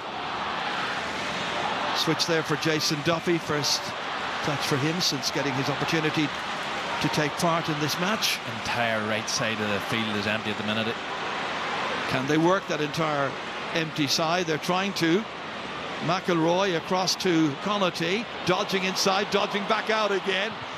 Under pressure he kicked that one. It'll be a remarkable point. It's a great score by Oisin Connaughty, 4th of the day. Just brilliant play by Armagh. They emptied out that right side of the wing. Brilliant kick out by Shane Ryan. So 115 to 14 points, and suddenly 4 points between the teams here. Kick forward here by Dylan Gainey, trying to get Kerry going. David Clifford, they need a big performance from him. Outside the arc, it was Gainey kicking that one. He forced it in, and Gainey has put that one to the right and missed. Yeah, I was saying that Armagh attack emptied out the right side of the wing, and on one wing that Ethan Rafferty, who was signalling over to the players under us here in the Hogan stand to step back over midfield, and then he would be released up the wing, or that Oisin Connaughty, who obviously with his sheer pace running out into an open wing was always going to cause difficulty. So really well worked by them. Terrific score. Barry McCambridge now, goal scorer last year against Kerry. That was in an All-Ireland semi-final on a Saturday night that went to extra time. Anything possible when these two county teams meet in competition. Grugan, the goal scorer from the first half. Out on his right hand side he's got a support player if he wishes to use him, and that is Niall Grimley. Back inside here to McElroy again, rounding Graham O'Sullivan. Good power play here by Joe McElroy to Rian O'Neill, fending off the challenges there, getting in the kick before Murphy can arrive at him. What a kick it is as well. Super point by Rian O'Neill. That's 4 for him in this match, and Armagh lead by 116 to 14 points. Great Armagh play. Yeah, Armagh have started this second half really strongly. Jason Foley now from deep inside the Kerry half of the field. Dylan Casey, Murphy flicking it back there towards Foley again, and they work it out to Paul Murphy, to their captain Gavin White. Moved inside as far as Joe O'Connor. O'Connor kicking, needs to be on target. Has he got it? I think he has. Second of the day for Joe O'Connor. It's a reply they needed. They're back within 4 again. Yeah, important score for him, and again that's the impact of all the attention on Clifford and whatnot. You can sense the Armagh defence can open up for other players. Oh, that's not a great kick out once again, and that time was Paddy Clifford who's got it. Gives it to his brother. Lots of defenders there in front of him. David Clifford kicking it, got to drop short, and Ethan Rafferty is able to get away with this. Fouled as he was coming out there by Dylan Gainey. Held his balance and composure and control. Out as far as Rory Grugan. Reaches Ross McQuillan. I haven't quite seen Ross McQuillan tearing forward as we have done in matches during this year's championship. Lots of time to go yet. Rory Grugan's going right through the centre. On as far as Ben Creeley. Creeley in the arc there, kicking right, but not kicking rightly, and putting it to the wrong side. 6 wides by Armagh. First of the second half miss that they've had. Quick take of the restart to Paul Murphy. Moved out quickly to Dylan Casey. Kerry in a hurry, lots of time left, but they want to try and bridge the gap quickly if they can. Joe O'Connor surrounded, had to let the ball go. Picked up in the end here by Paudie Clifford. Gets it forward to Joe O'Connor again, under a intense pressure there. Game has certainly picked up a notch in this second half, that's for sure. Absolutely, Paudie Clifford done so well that wee last bit of contact. He was under so much pressure and still managed a chip lift while surrounded by 3 Armagh men. O'Shea back here as far as Dylan Gainey. Retained there by Evan Looney. Out to Clifford again, that's Paudie Clifford. Gavin White looking to try and make this attack count for something. Turning it back here towards the midfielder Sean O'Brien. And then it's O'Shea, 8 points in the first half for Shawnee O'Shea. Looking for a good start in the second now. That's another 2-pointer for him. And that is 3 2-pointers in all he's had in the match. 10 points his contribution. Armagh 116, Kerry 17 points. Not a good kick out. Taken by Graham O'Sullivan. They're attacking again in force. David Clifford switched in quickly. Paudie Clifford trying to round several players, get the kick away on his left, and the kick, Cliffords have done well, and Paudie Clifford gets his first score since coming on as a half-time sub, and the lead now is down to 1 once again. Absolutely, and Dylan Gainey on a couple of those attacks whenever Kerry's winning the Rafferty kick-out, and there's another one, yeah, the Rafferty kick-out's under all sorts of bother at the minute. Because the one man he's trying to get to time and again has been the number 14, Andrew Murnin. Kerry know that. They're putting the pressure on. They're winning that. And now they come forward again, looking to try and level the game or do better. Paudie Clifford once more, 45 metres out from the target. Joe O'Connor moving forward, dishing it back outside. Retained there by Evan Looney, enjoying himself at Croke Park. Shawnee O'Shea got that last 2-pointer. Back to Dylan Casey once again, the corner back, who adventurously carries it forward, and it's David Clifford now trying his luck from outside the arc and making it. David Clifford, his first 2-pointer, 3 for him on the day, and suddenly Kerry, from being 4 behind, are now 1 up. Yeah, one of the questions you get asked every now and then is Kerry not a team for 2-pointers during the league? They're all for goals and that type of thing. Well, they're showing today they're more than happy to take a few. And the same old kick out didn't work once more. Out to Murnin. Kerry have read that script. Here's David Clifford. Couldn't get around the 2 defenders that time. Graham O'Sullivan there supporting him. Played outside to Paudie Clifford. My goodness, they have missed his influence, that's for sure. Much different team in the second half, although they opponents, Armagh, the champions from last year, made the best possible start to the second 35 minutes. Now under pressure. Joe O'Connor in truth, looking for a channel there that he can get into, and that time the referee saw a foul. The combined influence of Joe O'Connor stepping up his game massively compared to the first half, and Paudie Clifford's introduction is huge here on either wing. Armagh have major headaches to figure out. The arm there of Joe O'Connor caught by Jason Duffy, the Armagh substitute. Shawnee O'Shea will be the one who will take it. It's amazing the swing in momentum that has come. Armagh were really dominant, went several points up, and then by the time Kerry got it up and got the kick out, crucially got the ball dead, put it on Ethan Rafferty's tee, and since then they've really hemmed Armagh in. Taking his time over it. Whatever breeze there is behind him. Catches it well, gets a white flag, and he's now on 11 points for the match. 11 out of Kerry's tally of 21 points. I would fully expect this one to be down the middle to Rian O'Neill's direction. I think you're right. Lining himself up to belt it down. Again looking towards the 2 midfielders, and it's caught by the Kerry man, but there was a push in the back there on Grimley, and Grimley gets away quickly. The stats from the kick-out so far: Armagh 13 out of 22 successes. Jason Duffy back as far as Grimley, leaves it up into the air, but outside the right-hand upright, and the second wide of the second half by Armagh. A bandaged Charlie O'Burns is back in, which will mean that Jason Duffy will be withdrawn. We might see him again a little bit later on. It's brilliant, the homework done on day. I was mentioning about the Rian O'Neill because it's something we'd seen earlier on. Kerry physically were at him off the ball, so they had done their homework, knew that that was Armagh's maybe other go-to option. Armagh have a load of players that they could bring on here that could certainly affect the game, that's for sure. We've only played about 11 minutes of the second half. Gavin White into the middle. It comes here to the ever-mobile Paddy Clifford. Back out to Brian Obiaglia. Swept out to the wings here. Gathered in by Sean O'Brien. Transferred back to David Clifford once again. Looking to try and get one if he can this time. Gainey helping him out. O'Brien feigns well, does well. Transfers it inside. Mark O'Shea has never scored in the championship. This man has, time and again, and he does it once more. 4 points in the match for David Clifford. Nice transfer here, good movement. Mark O'Shea was involved. Final assist for him, in for Clifford, doing what he does best. 22 points to 116. Absolutely. Sean O'Brien, Mark O'Shea wouldn't be the most lauded of midfielders, but they are doing a manful task in there today. 3 points the margin. That was an important catch there from the kick out by Charlie O'Burns. Well, we were saying at half-time the match really hadn't caught fire just yet, but my goodness, it's gone up several notches since then.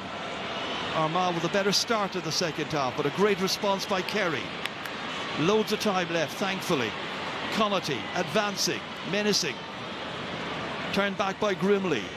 Switch back to the bandaged Charlie O'Burns, and then it's Rian O'Neill's turn. Moved around. Joe McElroy against Joe O'Connor. O'Connor gets in, a telling challenge there.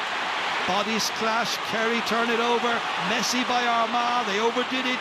The elaboration doesn't work always, and out comes Joe O'Connor. Storming forward once again, runs being made ahead of him. Decides to go laterally instead as far as Evan Looney. Finally it is Paddy Clifford who gets his hands on the ball. Moving in here. Armagh retreat, great pass into Gainey. Gainey in there, down he goes.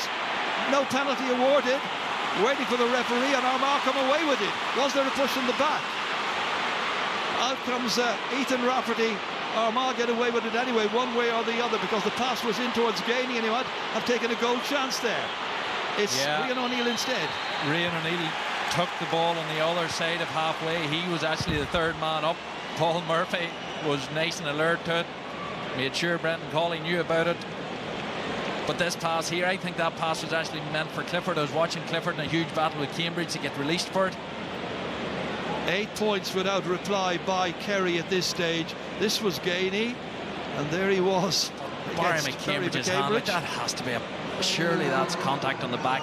I would have thought so, but then the new rules and everything else that's new this year are penalties, still penalties. Yeah, I think Clifford's contact probably had Gainey starting to lose his balance, but certainly McCambridge finished it off. No penalty, but crucially the break up the pitch then was stopped by that breach of the third man. Off goes Niall Grimley, back on comes Jason Duffy. More changes coming up. Micheál Burns is coming in.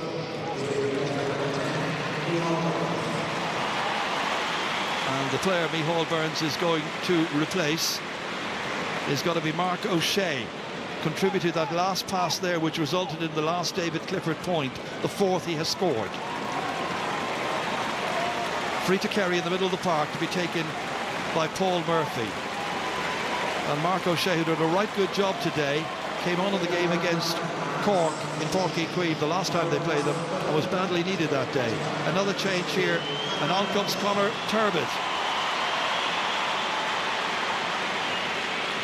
And the player being replaced is the number 5, Ross McQuillan, who didn't have his usual very, very high energy and aggressive game. Unfortunately, that's what happens whenever you are such a prominent player as he has been all year. He, I would imagine, got the absolute full-on Kerry video work treatment. Back to Murphy it comes. And then it's Dylan Gainey who takes control of this. So will those changes and switches have the desired effect that the managers are looking for? Here's Micheál Burns, head down, hunched shoulders, going directly up the opposition. Worming his way in. Looking to try and get the first score since coming on, and he's got it! Micheál Burns left off the team, named on the starting 15, but didn't make it from the outset. He's on, and he's making his presence felt. Oh, what an introduction. He's a bag of energy. And again, it is misfiring today. It's such a big part of the game, as we know. Those kickouts just causing all kinds of problems, as Enda McGinley is suggesting there. And once again, it is Micheál Burns. man who had left the Kerry panel last year because it looked like he wasn't going to get very much game time, but he's been called back in by Jack O'Connor and the selectors, and he's been well used now. Shawnee O'Shea turning it back here towards Brianna Biagliach. Switched, caught a couple of Armagh players who went the same direction. He wrong-footed them. He hasn't wrong-footed this one. That's a second point by him. This is a great spell. 10 minutes now since Armagh managed to get a score. It's been score after score by the Kingdom. They lead 24-116. And the source is the kickouts. The source is massively the kickouts. There's the one now we've been waiting on. 20 minutes to go. All the way down it goes, and Kerry have won it again. Joe O'Connor taking it back there from Graham O'Sullivan. He's had a savage second half so far, Joe O'Connor. Sure has. Dylan Gainey popping up every few minutes here to create problems for the Armagh defence. Back to Paddy Clifford. Over to Brianna Biagliach. To the man who was the star of the show in the first half, Shawnee O'Shea. Evan Looney. Again, it's that man, Micheál Burns. 29 years of age from Dr. Croke's. Evan Looney. Kerry's turn now to be somewhat ponderous and careful at the same time, hoping that their patience will work out and Gavin White will have the space to get a kick away, which he does splendidly. One in each half now for Gavin White. Kerry have got the last 11 points of the game. Remarkable stuff. Unbelievable, going for short this time. Oh dear goodness, what's happened to Armagh? Their restarts. Micheál Burns. They're being gobbled up by Kerry time and again. It's Paddy Clifford this time, under pressure, fists it over. That's another one. Paddy Clifford's second. There's only one team in the game at this stage, and it's the men from the southwest in the green and the gold. It's amazing the strength, the perceived strength of Armagh coming into this game over Kerry due to Kerry's injury issues with midfield. Kerry have a old saying, hammer the hammer. Well, Kerry are doing just that on Armagh's kick out at the minute. It's a 7-point difference. Armagh need to get motoring. Their title from 2024 is on the line very much at this stage. And David Clifford looking to try and make even more of an impact, making an angle. It's a fantastic shot by David Clifford, largely anonymous in the opening 35 minutes. He's magical, sparkling at this stage. That's 5 points he's now scored, and Kerry are running riot at Croke Park in this fourth football quarter-final. Brilliant score, and look at that. There's the fist of the crowd, and again there was the rallying cry that went out from the Kerry players for the supporters to get behind them and get up here to Croke Park. They have travelled in bigger numbers than I've seen them at a quarter-final stage in a long, long time, and they're getting just rewards from the players at the minute. Aidan Forker, the captain from last year, comes on in place of Tiernan Kelly. They're in real trouble. And Micheál Burns trying to make it even more difficult for the defending champions to get back into the match in a meaningful way. Dylan Gainey holds. Well, the questions were asked beforehand about all the absentees, the injuries and so on that Kerry had experienced, and how will they plug the gaps. Well, they've managed to do it, but then Armagh have also to an extent played into their hands, as Enda's been mentioning. Those restarts have been their downfall by and large. Crucially though, this is such a, and we've seen it over the weekend already, a 6-point lead. Now I know this is 8 points at the minute, but we've seen 6-point leads in particular. It's a psychological place that teams are not used to. Previously, for the past 10 years, you're home and host, or for longer than that, you're home and host if you're that far in the lead. If you lose momentum, teams can chase you down. So Kerry have to keep control of this game. They have to keep pushing on. It's back out once again towards Shawnee O'Shea. There is an awful lot of time left, 16 minutes. Out to Biagliach once more. No pressure on him because Armagh are drifted back towards their own 40-metre arc. So Kerry are able to hold possession, take it at their ease. Seconds tick away. Once again, it's David Clifford. Moved over here as far as Biagliach. Shawnee O'Shea. Remember, he's got 11 points of their tally, 27. Huge score put up by Kerry. So where is the Armagh response? Armagh just cannot get hands on ball. Like the last time, I know they've been bit on kickouts, but even just turnovers, they're not getting turnovers or kickouts. They haven't had meaningful hand on ball for such a long period in this game. And it's Graham O'Sullivan, cornerback, come half forward, come scorer, come whatever you like yourself. And that's a second point. And it gets better and better for Jack O'Connor's team. And they're about to make a double substitution, it would appear. Micheál Burns has to come off. He's got blood coming from him, and Brendan Colley has sent him to the line, so that'll be one of them anyway, a blood sub. Dara Moynihan is coming back in for Kerry as a replacement for Micheál Burns. Had been off the panel, but in now for his 28th championship appearance. Very good player to be able to bring on, but Micheál Burns requiring the attention. He certainly made an impact since coming on. And what can Kieran McGeeney get from his team for the remaining minutes of this side? That cast on Soupy Campbell's arm is just such a price for Armagh to pay. He would always get 2 points at least, and as you mentioned earlier, they would lift the game heading towards home. Charlie O'Byrne's now hoping to be that big influence. They need scores. They need to get the next one. Duffy, here's a chance. Murnan hit it, and it's gone off a defender. Didn't really catch it properly. It's gone for a 45. This was promising. Yeah, just didn't catch it cleanly at all. It was definitely a chance. Jason Foley, I think, was the one who came across there in the end. Yeah. So that block there by Jason Foley did sufficient. On comes Cian McConville now. And the player going off is Ben Creeley. That means the two starting midfielders have been replaced. Here's Rian O'Neill. 45-metre kick, sailing up into the air, and that one produces a score for Armagh, and they're still alive. That's absolutely massive. They have to keep this ball in this half of the pitch.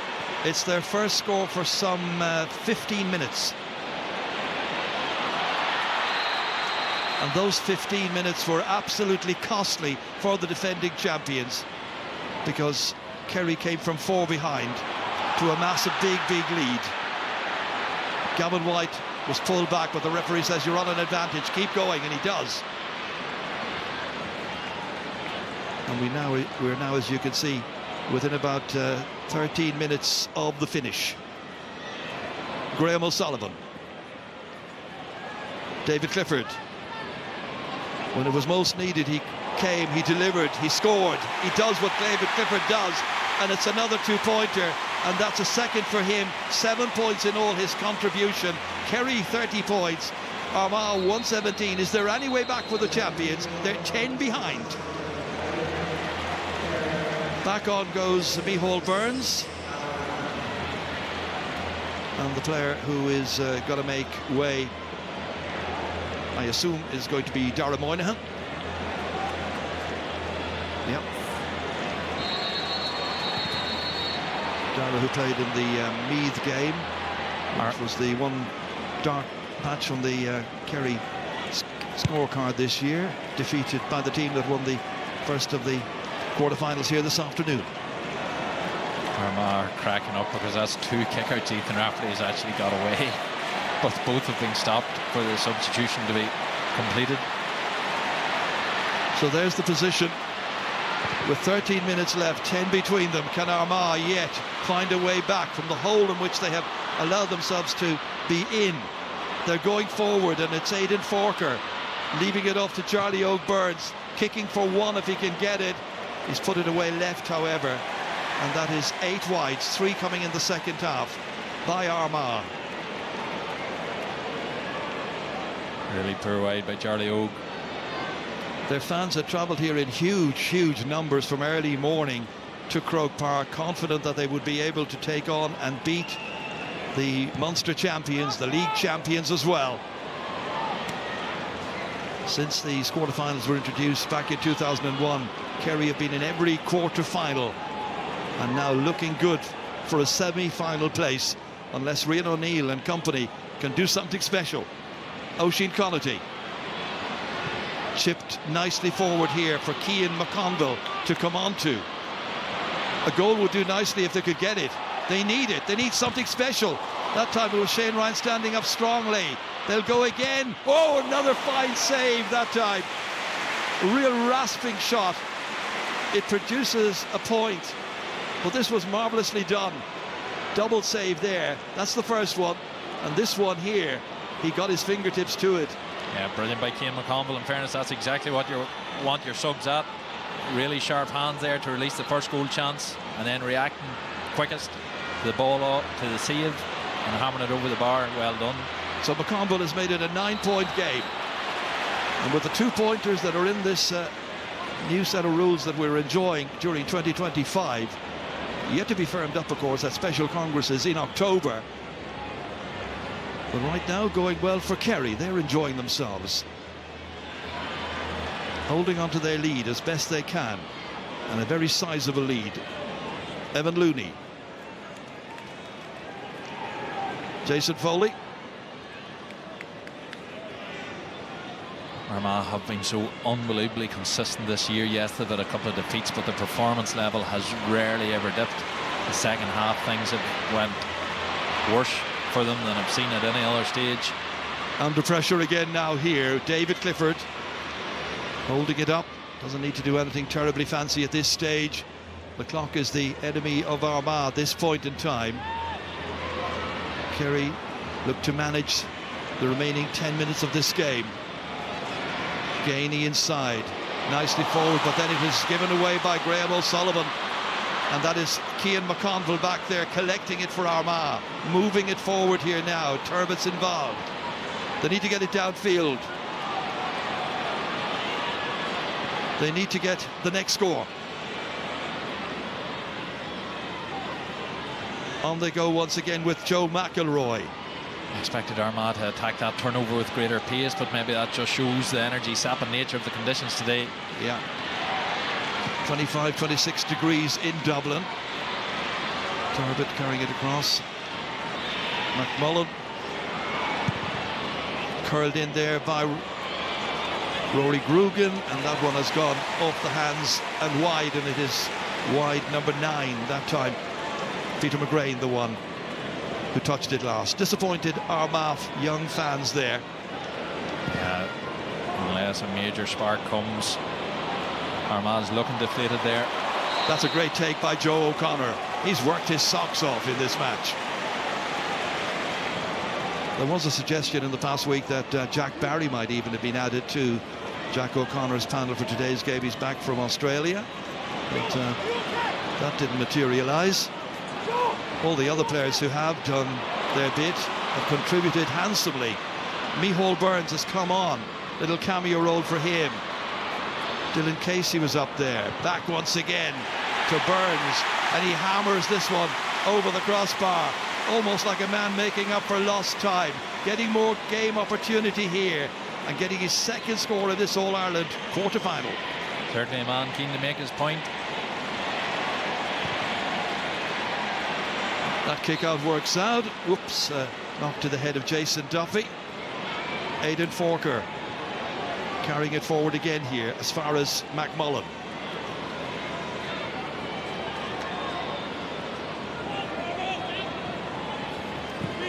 Looking for serious options inside there. Turbot is one.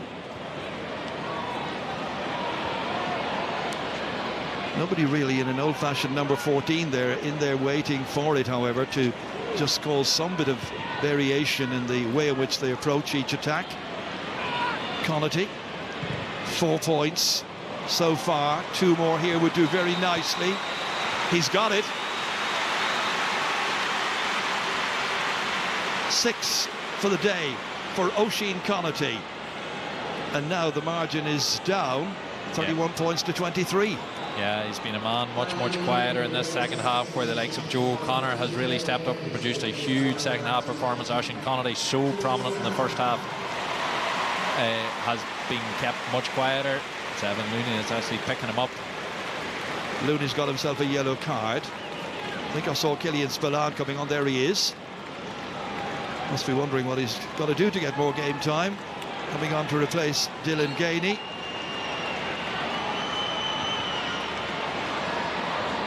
Kerry's kick out works out as far as Paul Murphy. The man for all seasons. With several kickouts, Kerry have got away just them corners, the late runs of players into them. Doesn't look to be any response from Armagh. Kerry just controlling operations fully and completely.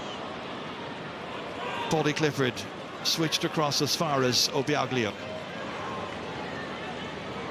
Mernon comes out, tries to put a little bit of pressure on him, looks at some of the other players and say, come on, do something. But the space is being opened up here by Kerry, stretching Armagh time and again. Theirs to lose at this stage, they know it. O'Shea. Both Mernon and Grugan looking quite hampered by injury at the minute. Well, they've already changed 4 of their players. 4 subs have come on for them. No great difference in their fortunes. Gap is still wide. Kerry come again. And now it is Killian Spillane. Taken here by Gavin White. Reaching down at his bootlaces to get it was David Clifford. Burns getting it over here to Obiaglio. Clock ticks down. As you can see, we've now just about 6 minutes to go to the hooter. And it's Kerry. And it's Joe O'Connor advancing with some purpose, and then good interception there by Armagh to go and get that. That was really good play on the part of Turbot. And they work it away out as far as Barry McCambridge. A man who's got 3 goals in the past in championship football. This is only his 3rd year playing at this level.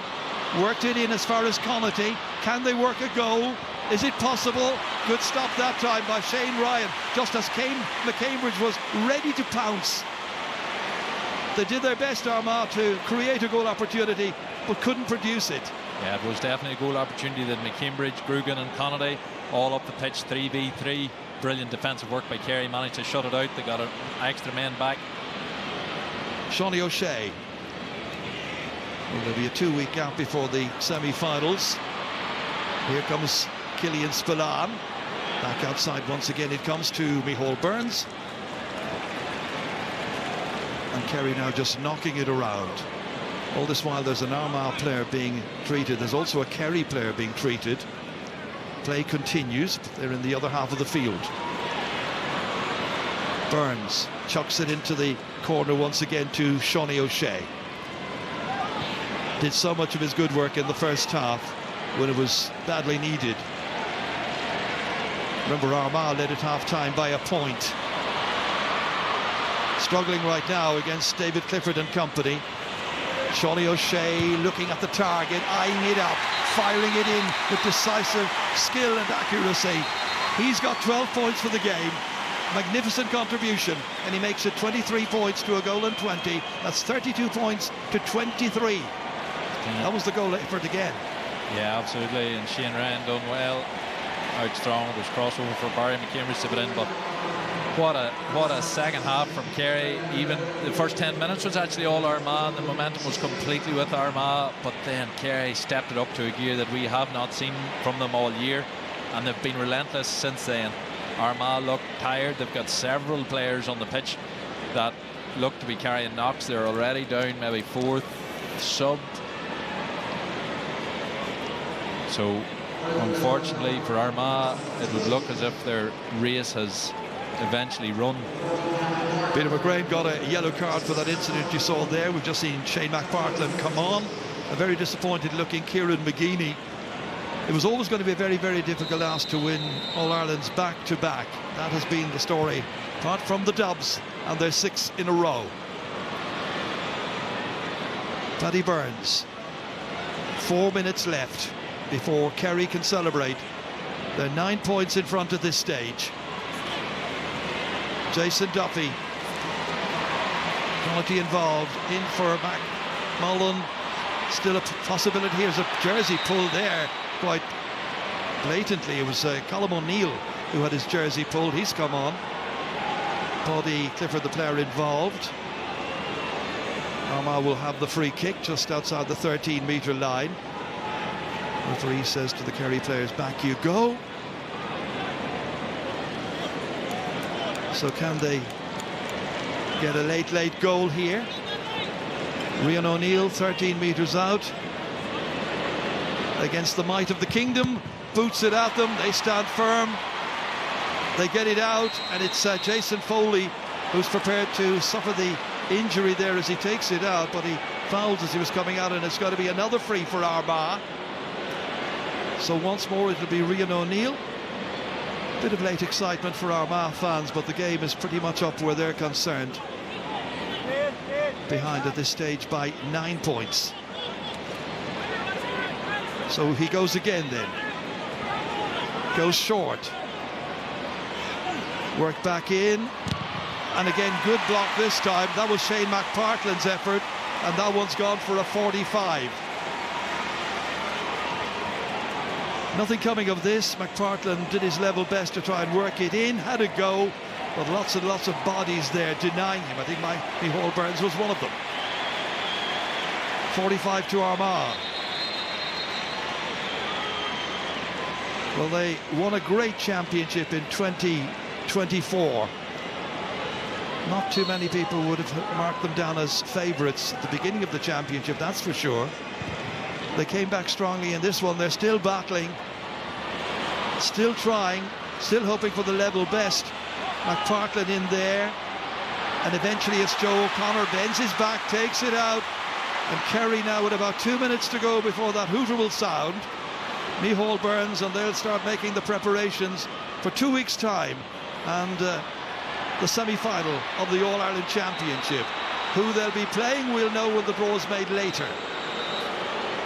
This weekend is just testament to the nature of our new season and that sort of long road that it is, and the fact that nearly all teams will take what will feel like really hurtful defeats, really damaging defeats and poor performances, and it's all about how those teams regroup. Kerry's performance against Meath and the soul searching went on down there is a big part of why they've produced what they have today.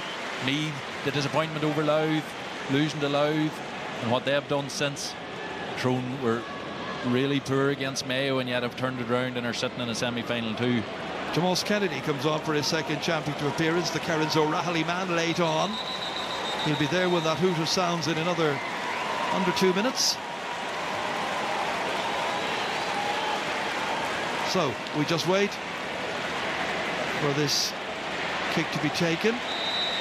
Rian O'Neill, cross to Ethan Rafferty. Got a two-pointer earlier on. He's having another go here. Back out it comes towards the number 22 there, Conor Turbot, but unable to advance immediately. Kerry have it once again, back in their possession, and Rian O'Neill grounds the Kerry man as he comes out with possession. A black card in the circumstances, but so late on, with only about 90 seconds still to go. Tension spilling over there from Armagh's players. Deep frustration at this stage. A yellow card for Rian O'Neill rather than a black one. Yeah, just complete frustration.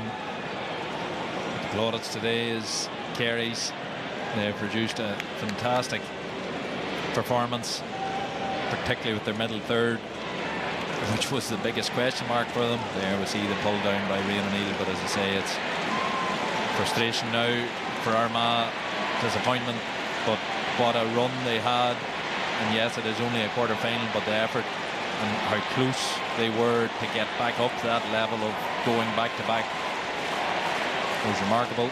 So what were the critical moves in the second half that Kerry made that changed all of this? First of all, we mentioned the kickouts by Armagh. They were malfunctioning for a long while. You've mentioned the great work by Kerry in midfield, winning so many of those duels. We saw David Clifford really represent himself properly and come really into the match in the second half. He's kicked 7 points in all. There were great individual performances. No, it was a combination of things. Oisín Connolly, their main thorn in their side from the first half, was shut down. The Armagh kick-out was under pressure in the first half. They got away with a few ropey ones in around the arc.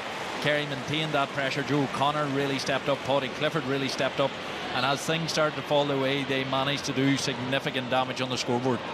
And Kerry are moving forward again now here as we head towards the 70th minute. Joe O'Connor Moving ahead is Shawnee O'Shea, sold a dummy that time. On he goes, looking to transfer it to a colleague, and that colleague on this occasion is Micheál Burns. Quick punt forward here as far as Killian Spillane. Would love to get among the scorers. Chancing this one, not going to make it with that particular kick, but it's hanging around there. And they hold on and take possession through Sean O'Brien. Good steady performance by him. Clifford doing really well in the second half. Brianna Biaglia, a bundle of energy. And Paddy Clifford, who came on at half-time, directed operations, and we saw what a difference he made. That presence of Paddy Clifford out there alongside his brother meant so much for Kerry. And now Killian Spillane comes in here. So much talent, so much ability. Micheál Burns, one last chance maybe? Well, that one has gone out to the right-hand side. It's only the second wide by Kerry in the second half. The hooter is about to sound, and it has been a very, very worthwhile victory by Kerry, who beat Armagh by 9 points, and they can afford to kick it out of play now, save their energy. Well, the referee has seen a foul, so maybe there's a free kick coming up first. They'll have to delay their celebrations, at least for just a moment. Cian McConville scored a point earlier on, and that's a high challenge there. Needlessly done by Jason Foley. It's booted over the bar. It's a late point scored by Rian O'Neill, his sixth, but the game is up, and Kerry have dethroned the champions from 2024. There will be new champions this year. Will it be Kerry and Jack O'Connor? They're in the semi-final now for the 5th successive year. They've had a fine victory here on the basis of a very good second half performance where David Clifford contributed 7 points and led the way. They had so many heroes, so many stars, and they have won this match, beating the champions from 2024 Armagh, and beating them well. Kerry are a county, one of their traits that maybe is overlooked, they do vengeance really, really well. They do not take getting defeated, particularly in Croke Park. They do not take it well, and they come back with your name chalked in a wee black book, and they look forward to the chance to get back at you. They came back underdogs today, again underdog, Kerry underdogs in Croke Park, not something they do. They rose to the challenge today in serious fashion in that second half. Put Armagh to the sword. Armagh were off colour in that second half. Kickouts got into all sort of difficulty, but look, credit today is Kerry. They have probably statement win of the weekend. Yes, Meath's win is probably the bigger turn up for the books, but Kerry's is probably the bigger statement in terms of where Sam might go. They produce some real magic. Don McGarrett, one of their selectors there. Disappointment for Armagh. The championship is gone for them, but for Kerry, they move on. The semi-finals beckon. Final score here at Croke Park in the fourth of the quarterfinals. Armagh 121, Kerry the victors, 32 points. Well, Tomás O'Shea claimed he wasn't cocky on his way into Croke Park this morning. I would beg to differ. You're pretty cocky now. Enda McGinley says you do revenge well down in the kingdom. Yeah, Joanne, it's one of the best team performances I've seen from Kerry in 3 or 4 years. Their backs were to the wall. Nobody, including half the people in Kerry, were giving them any chance. They absolutely gave a performance. There was some lads out there, the Dylan Casey's, Brian Begley's, Gavin White's, Sean O'Brien's, Graham Sullivan's.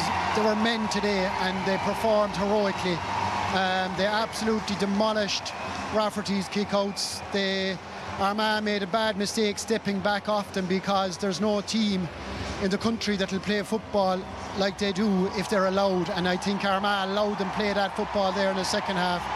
But all credit to them. At the back they were heroic. Their half-backs, Brian Begley, Gavin White, absolutely outstanding. Sean O'Shea set the tempo from the word go. So it's as good a Kerry win. That was an important Kerry win, because it was put to them for the last week and a half, and everybody talking about Armagh. So for Kerry, it's a huge victory. And I know you were really impressed with the work rate, the defence, but when you score 12 points in an All-Ireland quarter-final, I think, Cathal, that makes you the man of the match. Yes, Joanne, thank you very much. We're down here pitchside with the Allianz man of the match, and that's Kerry's Sean O'Shea, and to present Sean with his award is Sean Doolan from Allianz. Sean, congratulations. What a performance from your team. You must be delighted to be into the semi-final.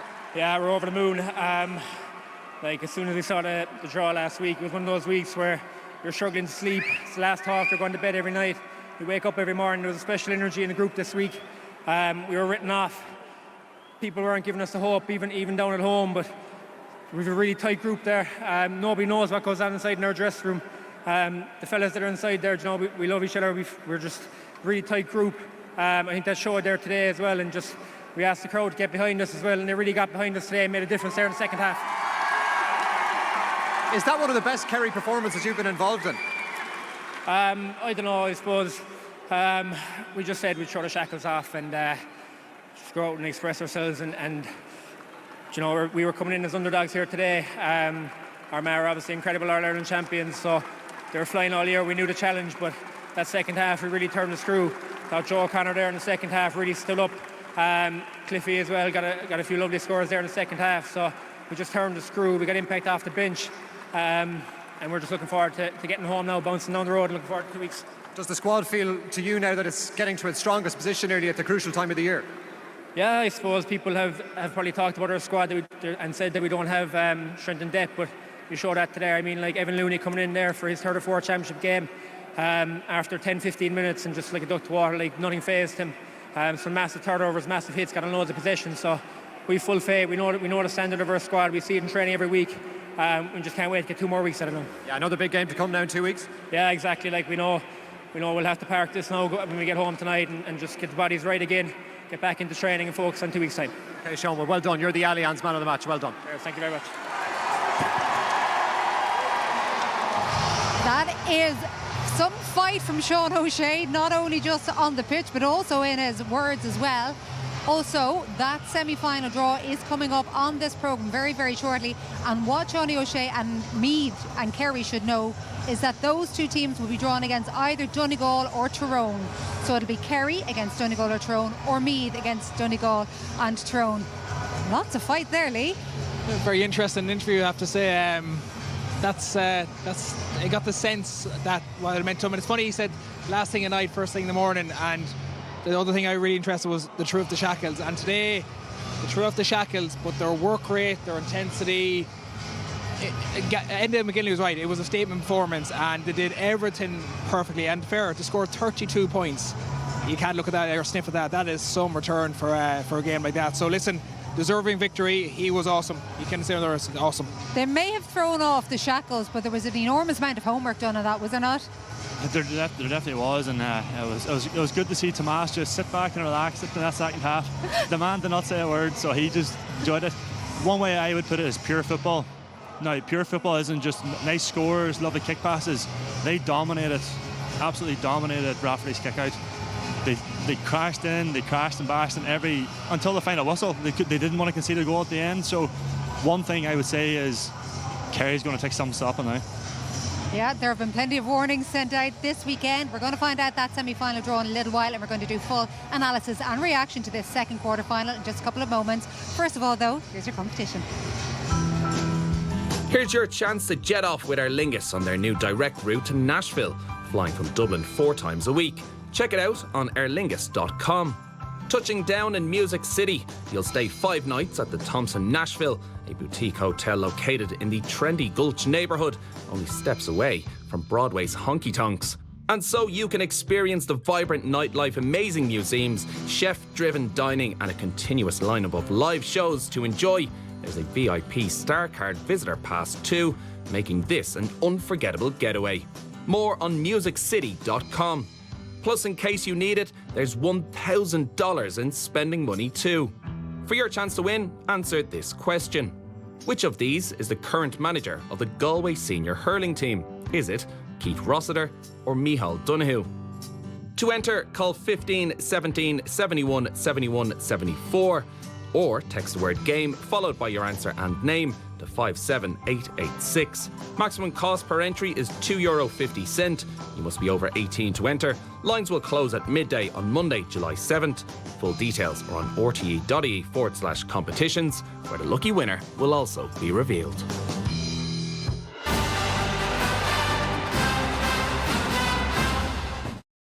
AIB, proud sponsors of the All-Ireland Senior Football Championship.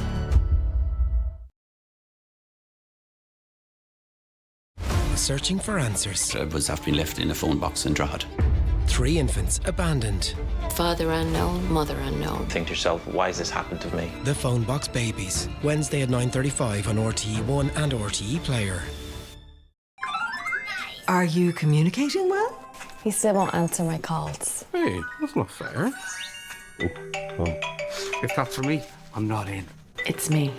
Okay. Looking for an insurer who wants to talk to you? Call Outsurance for a competitive car and home quote. Find more joy baked in for less with Lidl. What's better than the Lidl bakery? These bakery offers. 3 butter croissants for €1.80. And find that sweet spot with chocolate croissants, Danish pastries and more. 3 for €3. Enjoy more for less when you go full Lidl this summer. What brings us out for our county? Year after year after year. That stirs such passion in our hearts and makes the pride flow through our veins. It's our county. It's our people. It's in our blood. You might expect a delicious sounding description here, but do we really need it?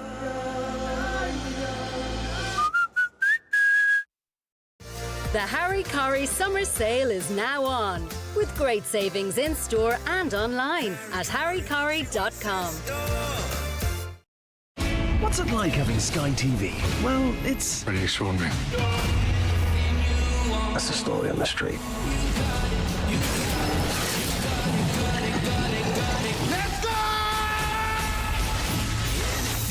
I'm going to help you bring your joy back. Amen. Amen. They want it. We've got it.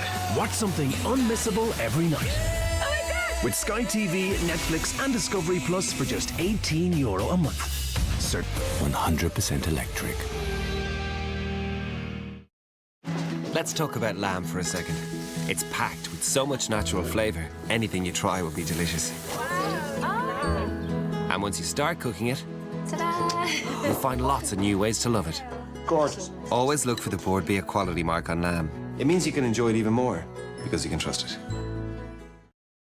I am the same boat, and I like to do things fast. And fast just got better. Fast just got better. Fast just got better. Persil Wonder Wash. Blast away invisible dirt and sweat. Our first ever detergent designed for shorter cycle. Better on odor, better on fragrance. Persil Wonder Wash. Fast just got better.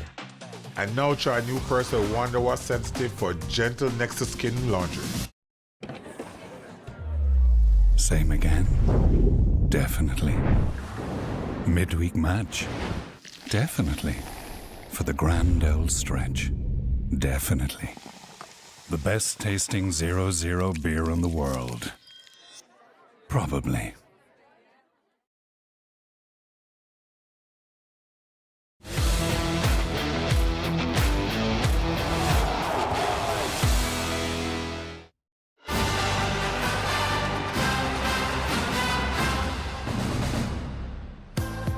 What a day at Croke Park. The 2024 All-Ireland champions are gone, as are the runners-up. The 2023 champions, of course, are gone as well. But these men, the 2022 All-Ireland champions, they remain in the hunt, as do the team, of course, who won the trophy before them. Kerry victorious this afternoon in the second of the All-Ireland quarter-finals on a Sunday afternoon. Meath already through to that semi-final draw we're going to have in a little while. Here is the final score. So much damage done in that second half, so much damage done on the Armagh kickouts. 32 points to Kerry. What a total to put up for them. Here are some of their own the key stats. If you have a look at the kickouts won, the own kickouts won, only 19 out of 33 for Armagh. And as we all know, Jack O'Connor does like to combine league titles with All-Irelands, and now he's just a couple of steps away. Here he is now with Colin. Jack, congratulations. Great win for your team. You must be really pleased with the result and the performance.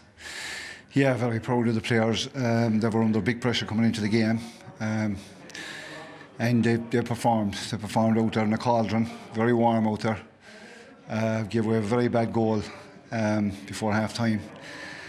But in the dressing room at half-time, there was great leadership shown by the players. And we felt we were playing well. We'd kicked 13 points in the first half. And we thought we were playing well, so just we got a great purple patch in the third quarter, and never left go after that. What was the key to that purple patch? Well, it was breaking their kick out. Basically, we just kept attacking in waves, and just men rose to the occasion. I mean, Micheál Burns came on there, man had the game of his life. On the wing, kicked 2 scores, just gave us great energy. We moved George to the middle of the field when Mark Shea was flagging, and just whatever, you know, the stuff that we did seemed to work. And what a game Shawnee Shea had. You know, people were writing like Shawnee off and saying Kerry were a one-man team, whatever, and David did his stuff today, but Shawnee was phenomenal when we really needed him in the first half, just to keep us in the game. He lifted his game to new levels, so hats off to him. How pleasing is it to get that performance at this stage of the competition? Yeah, look, whatever about the performance, we were looking to get over the line and go another step. Look, it's very heartwarming because we knew the performance against Meath was not us, and you know, every team has had a blip. Meath have proved that they're a good team, as they proved today. So maybe we weren't as bad as all that, and it did help the fact that we were being written off, and you know, when Kerry lads come to Croke Park written off, they're dangerous.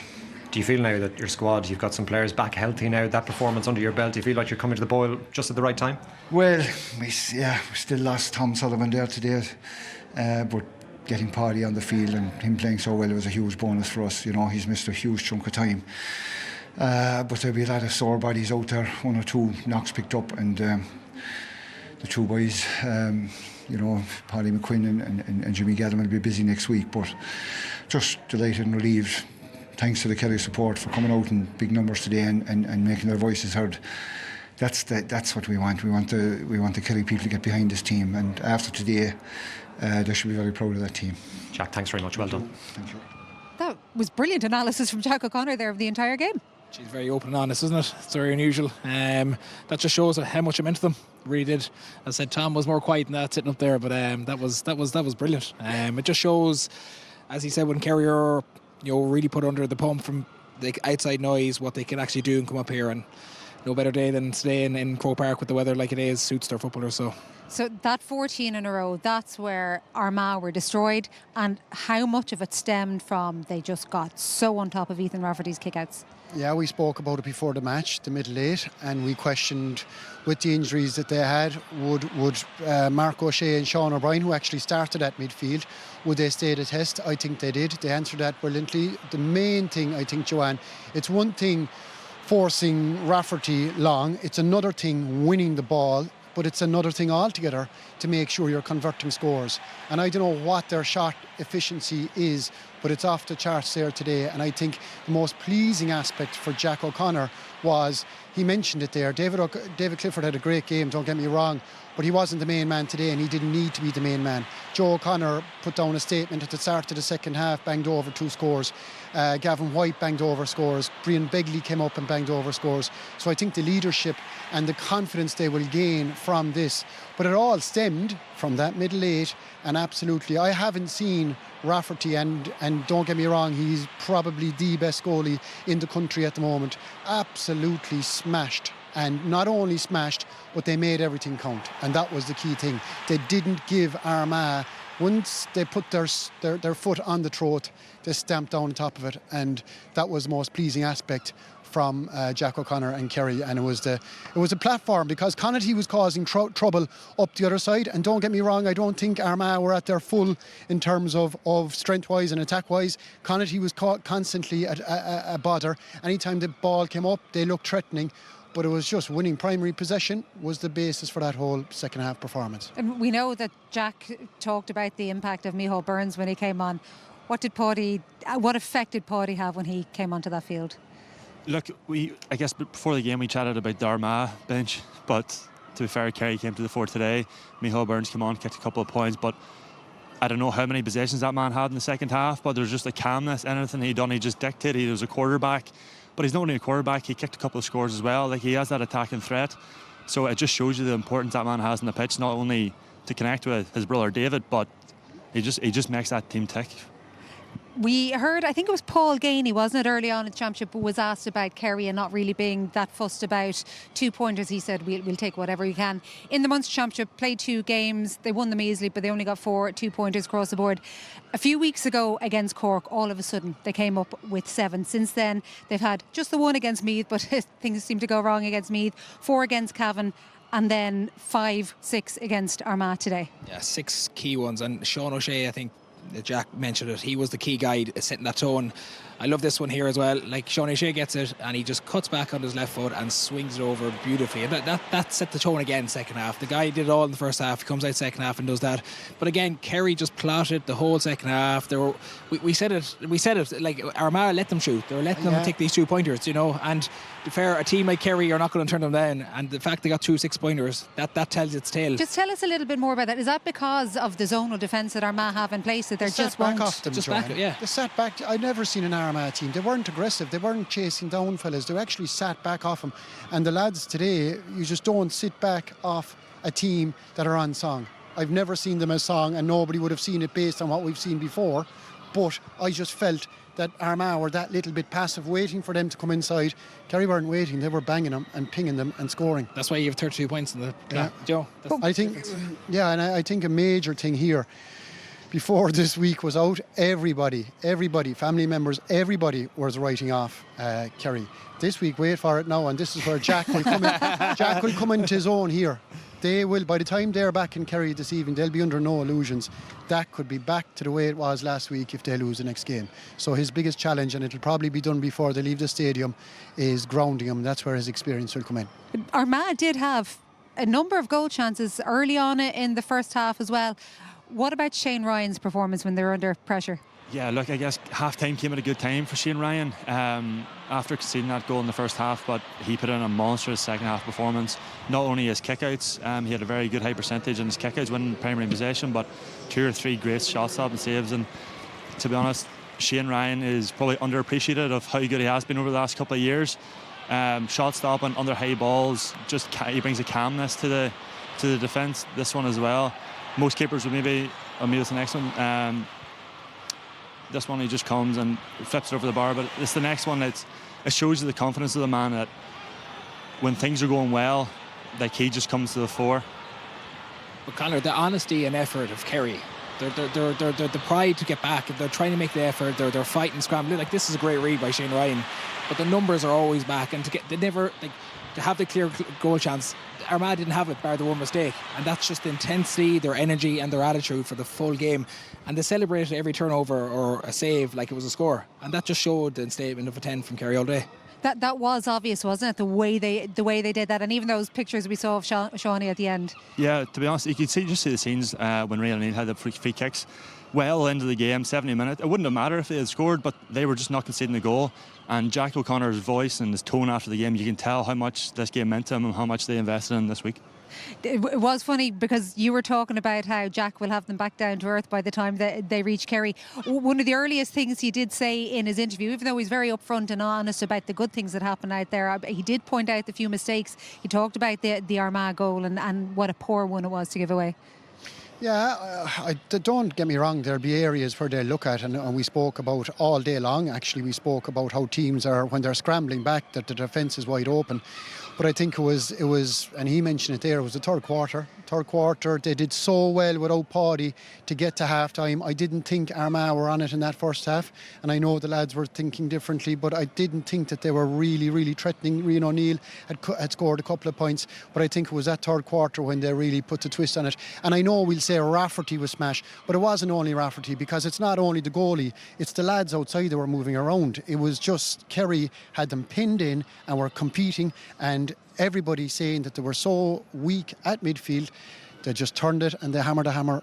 Absolutely. But they had their homework done. Like, people say it was a malfunction, but it's the homework Kerry had done to do that. Yeah. Like, they recognised where the ball's going, they got the numbers there, and they smashed them time and time again. Yes, and both on the Armagh midfield, like, they both got taken off after 55 minutes. So if you're going into the game and you do that to the Armagh midfield, you're doing something right. Absolutely. And let's get some more reaction from Kerry. Here's their fullback, Jason Foley. Jason, congratulations, great performance from your team. What's the dressing room like in there? You just come out. Yeah, obviously it's just very very proud to was a lot of tired bodies in there. It was fairly attritional game. It was tough. It was very humid out there, so bodies are tired, but great sense of satisfaction that we were able to put in a performance that we're proud of. There was a real ferocity to your performance today. Was that built during the week and maybe some people writing you off in some quarters? Yeah, I suppose. It's when you're writ off, it adds a bit of fuel to the fire. But look, I think we since the Meath game we got a bit of a reality check and we kind of went back to the drawing board and we worked on a few things. And I think since then our training and performances have improved. And we're just delighted that we were able to get a performance out there today. What was the message at half time? Because the first half was very close all the way through, but then you put on that spurt in the third quarter and took over. Yeah, I suppose the message was the same as it was before. Just do the basics very, very well. Keep up the aggression and the intensity, and just do the simple things and get the right players on the ball and in the right pockets and take our chances when they come. And then obviously try be ruthless the other end and deny them as much as we possibly could. So the message was very, very clear. We had to go out and replicate the performance in the first half.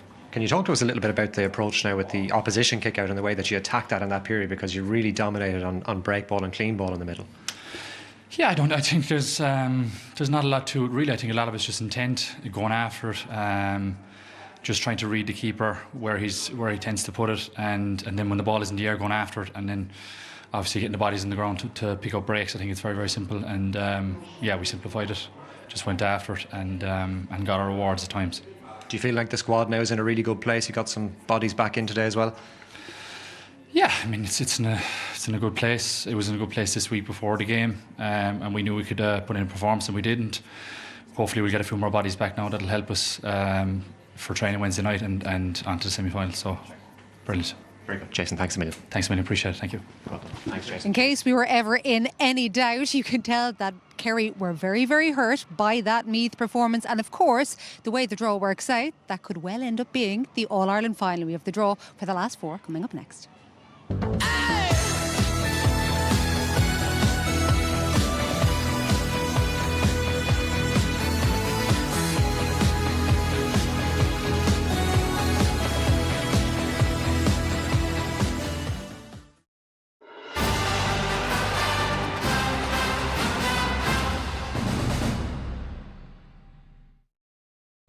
AIB, proud sponsors of the All-Ireland Senior Football Championship.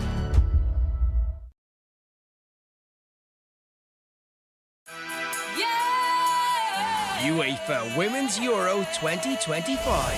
I'm happy and I know I'm winning. Who will get that all-important winning start?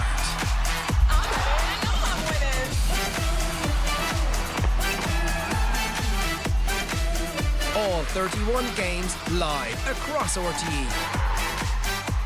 Wednesday at 4:30 on RTE2 and RTE Player. School shoes already. What's next? I don't know. Well, she's definitely going to be the best student in her class. What if she gets really into sport? Maybe not that into sport. Then there's marriage. That could be a big one. And what if I'm not around? And what if... I know. Maybe we should concentrate on the shoes. For 80 years, we've been helping people embrace life's changes. For health, life, pensions and investments.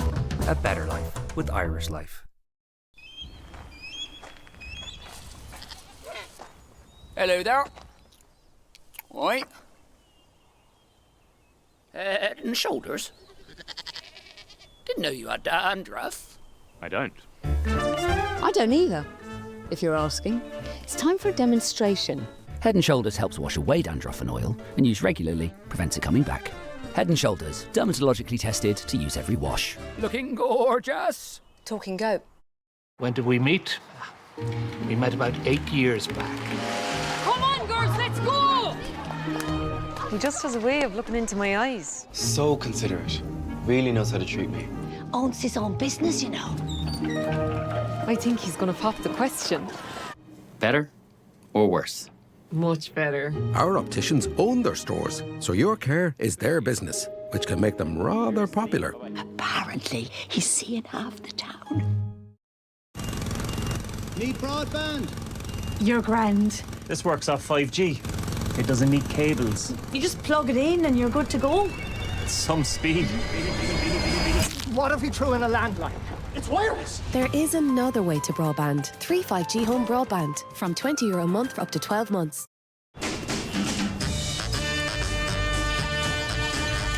Có Lewis a hosíonn tú ag sábháil airge. Mochíonn tú go maith. It's a good, good feeling. It's a good, good feeling. It's a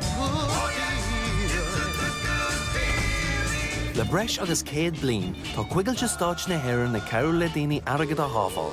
Cuma céibéad airgid, agus cuma céntách Armagh. Cuigilte stáit na hÉireann. Is mothú gan na é. Switching to OutSurance could mean savings on your car insurance. My name is Dave. I'm from Dublin. So I saw the ad for OutSurance on the TV and I said I'll give them a go at the time of my renewal. I saved €178 with OutSurance. Savings are really, really important, especially when everything is going up at the moment. The out bonus is great because I get 10% cash back, provided I don't have any claims within that period. Real people, unreal savings. OutSurance. You always get something out. Here the boys. How are we? Will you have a pint, Gareth? Sure can always take the choir out home, huh? I played the guitar. Cheers, bro. Quit football and I've never played again. Larry, they're coming against you. Training was tough. You want me back to football? I think we're going to go. On Saturday. Cheers, bro. Right. No, you're back. Yeah, I just need apologies on both these lads for I can blow the dust off the boots. I don't know, you've offered me a little cheer. Right, lads. Got ahead.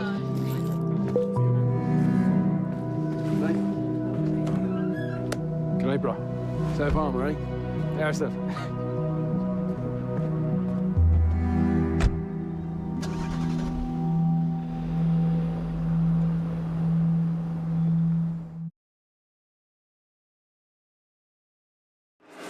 SuperValue believe in community.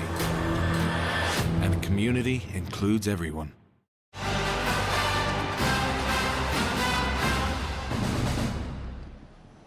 Just before we get to the draw for the 2025 All-Ireland football semi-finals, let's hear from the man who led Armagh to only their second All-Ireland title back in 2024. Armagh's reign, though, is over. Here's Kieran McGeeney. Kieran, commiserations, tough defeat to take. What's your overall reflection on that?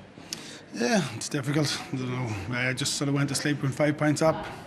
I think a few of us maybe thought like we were on the pig's back, and then just couldn't get our hands on the ball for kickouts. I think they scored like nearly 13 points for reply. Like we had 11 kickouts away, but that wasn't anything on Eton. That was all of us. We just seemed to stop.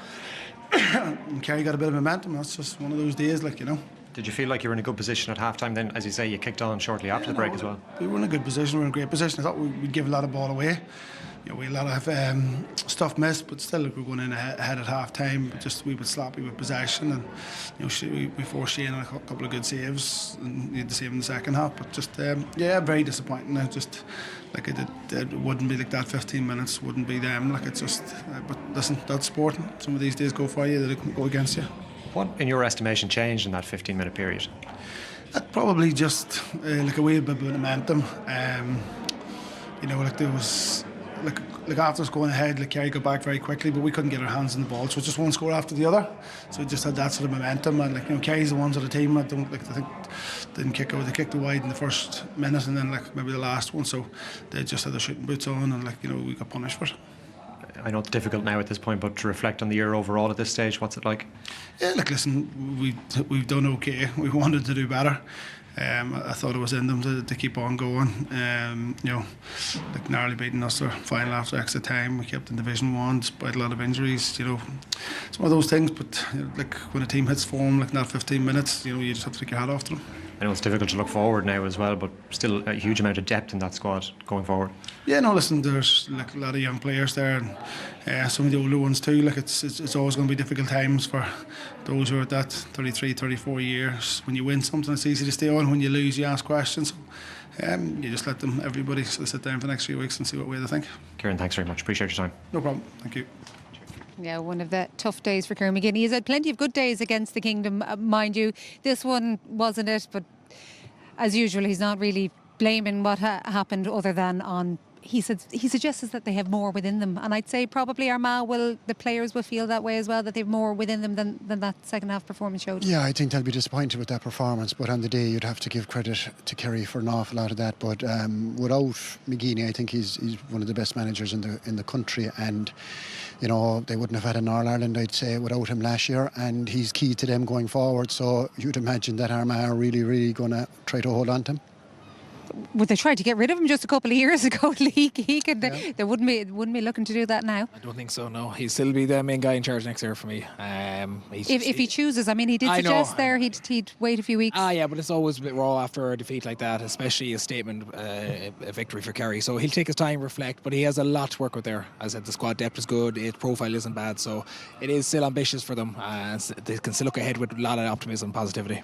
Put you on the spot there, a man who plays against him up in Ulster. What's he like to come up against? Yeah, look, he's obviously a very serious person, but I think it's the environment that Kieran McGinney creates within his group. Like Armagh don't have any drop-off between squad players, and if they're playing week in, week out, they just have that retention. So it just shows you that the environment that man creates around it, and everyone dies for him, really. So, yeah, he's a special coach. Yeah, but the special coach, his reign is over. Armagh, the defending champions, are out. So let's find out who is going to meet whom in the semi-finals as we go down to Marty.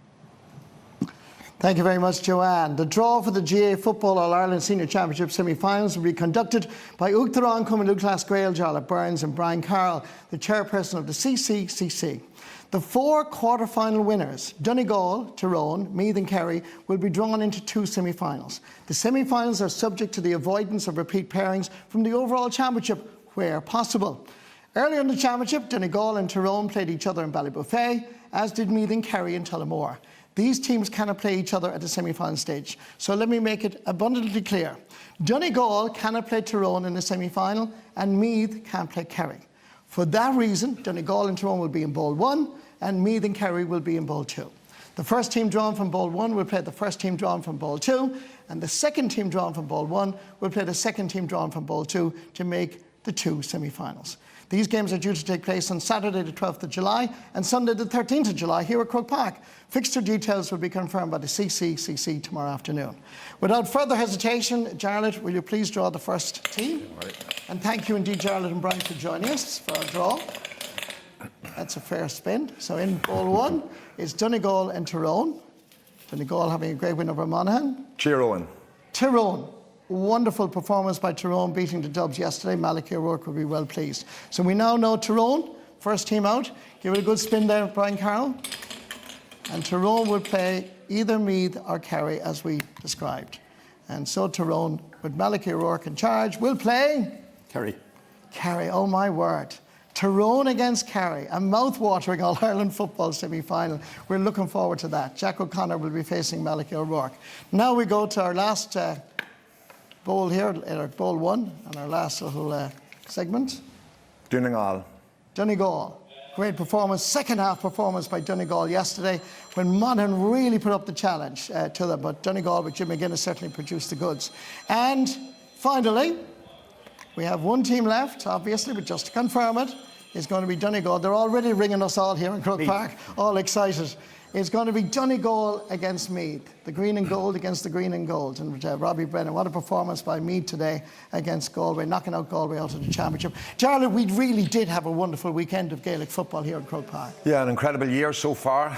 We're very, very proud of the way the teams have played, and the supporters have come out up 40% from this time last year, and even last week they were up almost 50% as well. So it's great to see supporters coming out, and they are really getting fantastic games as well. As an Armagh man, I know you're president of the whole association, but Armagh were worthy champions, weren't they? Yeah, they were, and beaten by an incredible Kerry team today. And I suppose the rule enhancements were there to allow the likes of Sean O'Shea, David Clifford to play the way that they played today, and we saw the sort of football that they played, and it really was mesmerising at times from Kerry. And the football review committee that you established has given us the love of Gaelic football back, but certainly also very important to you is the amateur status survey. Yeah, well, this time last year, Marty, we went out and asked our membership, we consulted with them widely through a survey, what sort of game do you want? They said that they wanted faster game, more scores, more space for forwards, and that's what we've got. We listen to our members.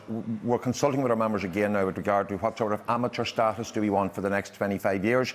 We're a very unique organisation in the world. We're a movement, and we have this unique amateur status, volunteer ethos, and we're asking our members again through a survey, and I really want everybody to fill in that survey, and based on that, we will create the amateur status that we want. And we look forward to the results of that survey. Brian Carroll, Chairman of CCCC, I know the fixtures are on the 12th and 13th of July, but when are you meeting? Meeting tomorrow at lunchtime, Marty, so we'll confirm the exact dates, which team is playing Saturday and which is Sunday, but both games will take place that weekend, one on Saturday and one on Sunday. Well, we cannot wait for the All-Ireland football semi-finals. You've had the draw, and we look forward to the two games on the 12th and 13th of July. From all of us here at the basement floor of Croke Park, let's go back out to Joanne.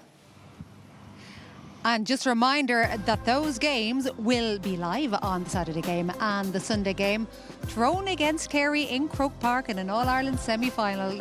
To boss, it almost had to be, didn't it?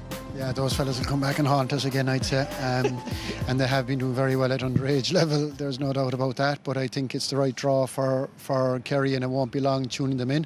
So even before they leave Croke Park, they know they're playing Tyrone, and it'll be a cracker. As we said earlier on, it's going to be so hard to predict whatever. There'll be favourites here and all that, but who's going to write off Meath?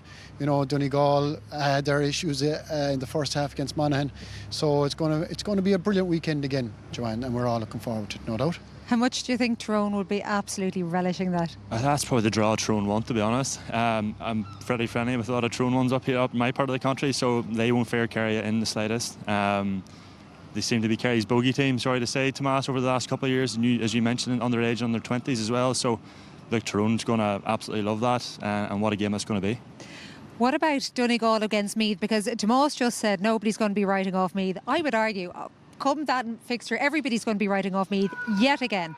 I think so. Like, if you've been honest, Donegal are going to be big favourites. That experience, that know-how, and the expectation Donegal with Jim McGuinness. I think Meath are in a lovely position, similar to this game today. That, listen, they'll go in, they'll have their debrief today. No one will give them a hope. They'll do what they have to. Similar to the Kerry mentality. But from me point of view, they're in a great position because all the chatter is going to be around Donegal in 2 weeks' time. So that other affair is very spicy. If Kerry are going to win in All-Ireland, they'll have to do the Ulster way this year, unfortunately, for themselves. But that's a great test for both teams as well. So it's going to be a brilliant weekend of football again. If you even look at the way the Donegal and Meath one then is set up as well, they're very different styles of teams once again. Very different styles, and Croke Park plays very different as well. If Meath bring anything like they've done today, like, it'll go a long way to coming over Donegal, but Donegal will have a 2-week break now to focus in on Meath, and their running game is very strong, so it'll be hard to look past Donegal. Sprintability. They did pretty well with the 6-day turnaround as well, as Monaghan will testify to. Tomas O'Shea, who's going to be in the All-Ireland final? I get anytime I'm asked questions like this, I get in trouble after it. I don't know, Joanne, is the simple answer to that. I'd agree with Conor. I think Tyrone would relish Kerry. I think after their performance today, everybody will back them in as favourites. But the way results have gone this weekend, both favourites lost the game today. It's very hard to predict it. So I don't know is the short answer. That's why we have you on, Tomas. Yeah. Lee? Let's be cynical. I'm not calling it. I think I got 3 of the 4 wrong this weekend. You may join the club, I would say. Yeah, but who would you think is going to come through? Listen, you'd fancy Donegal in one of them anyway. If you're going based on today's performance and over the weekend, Kerry put the biggest one in. So obviously, probably Kerry would have the slight favouritism for that weekend. Okay, Conor Glass, go for it. Yeah, I'll have to stick with my northern crew. I think it's going to be a Donegal Tyrone final. A Donegal Tyrone final. There you go. And a huge thank you to Conor for coming on with us this afternoon. And thank you also to Lee and to Moss for their time. Don't forget, you can watch highlights and analysis of all of today's games with Damien at the slightly later time of 10:15 on the Sunday game this evening. And of course, there is the Republic of Ireland's friendly against USA at 7:30 here on RT2 as well. But for now, from all of us here at Croke Park, where the Royals and the Kingdom reign supreme, bye-bye.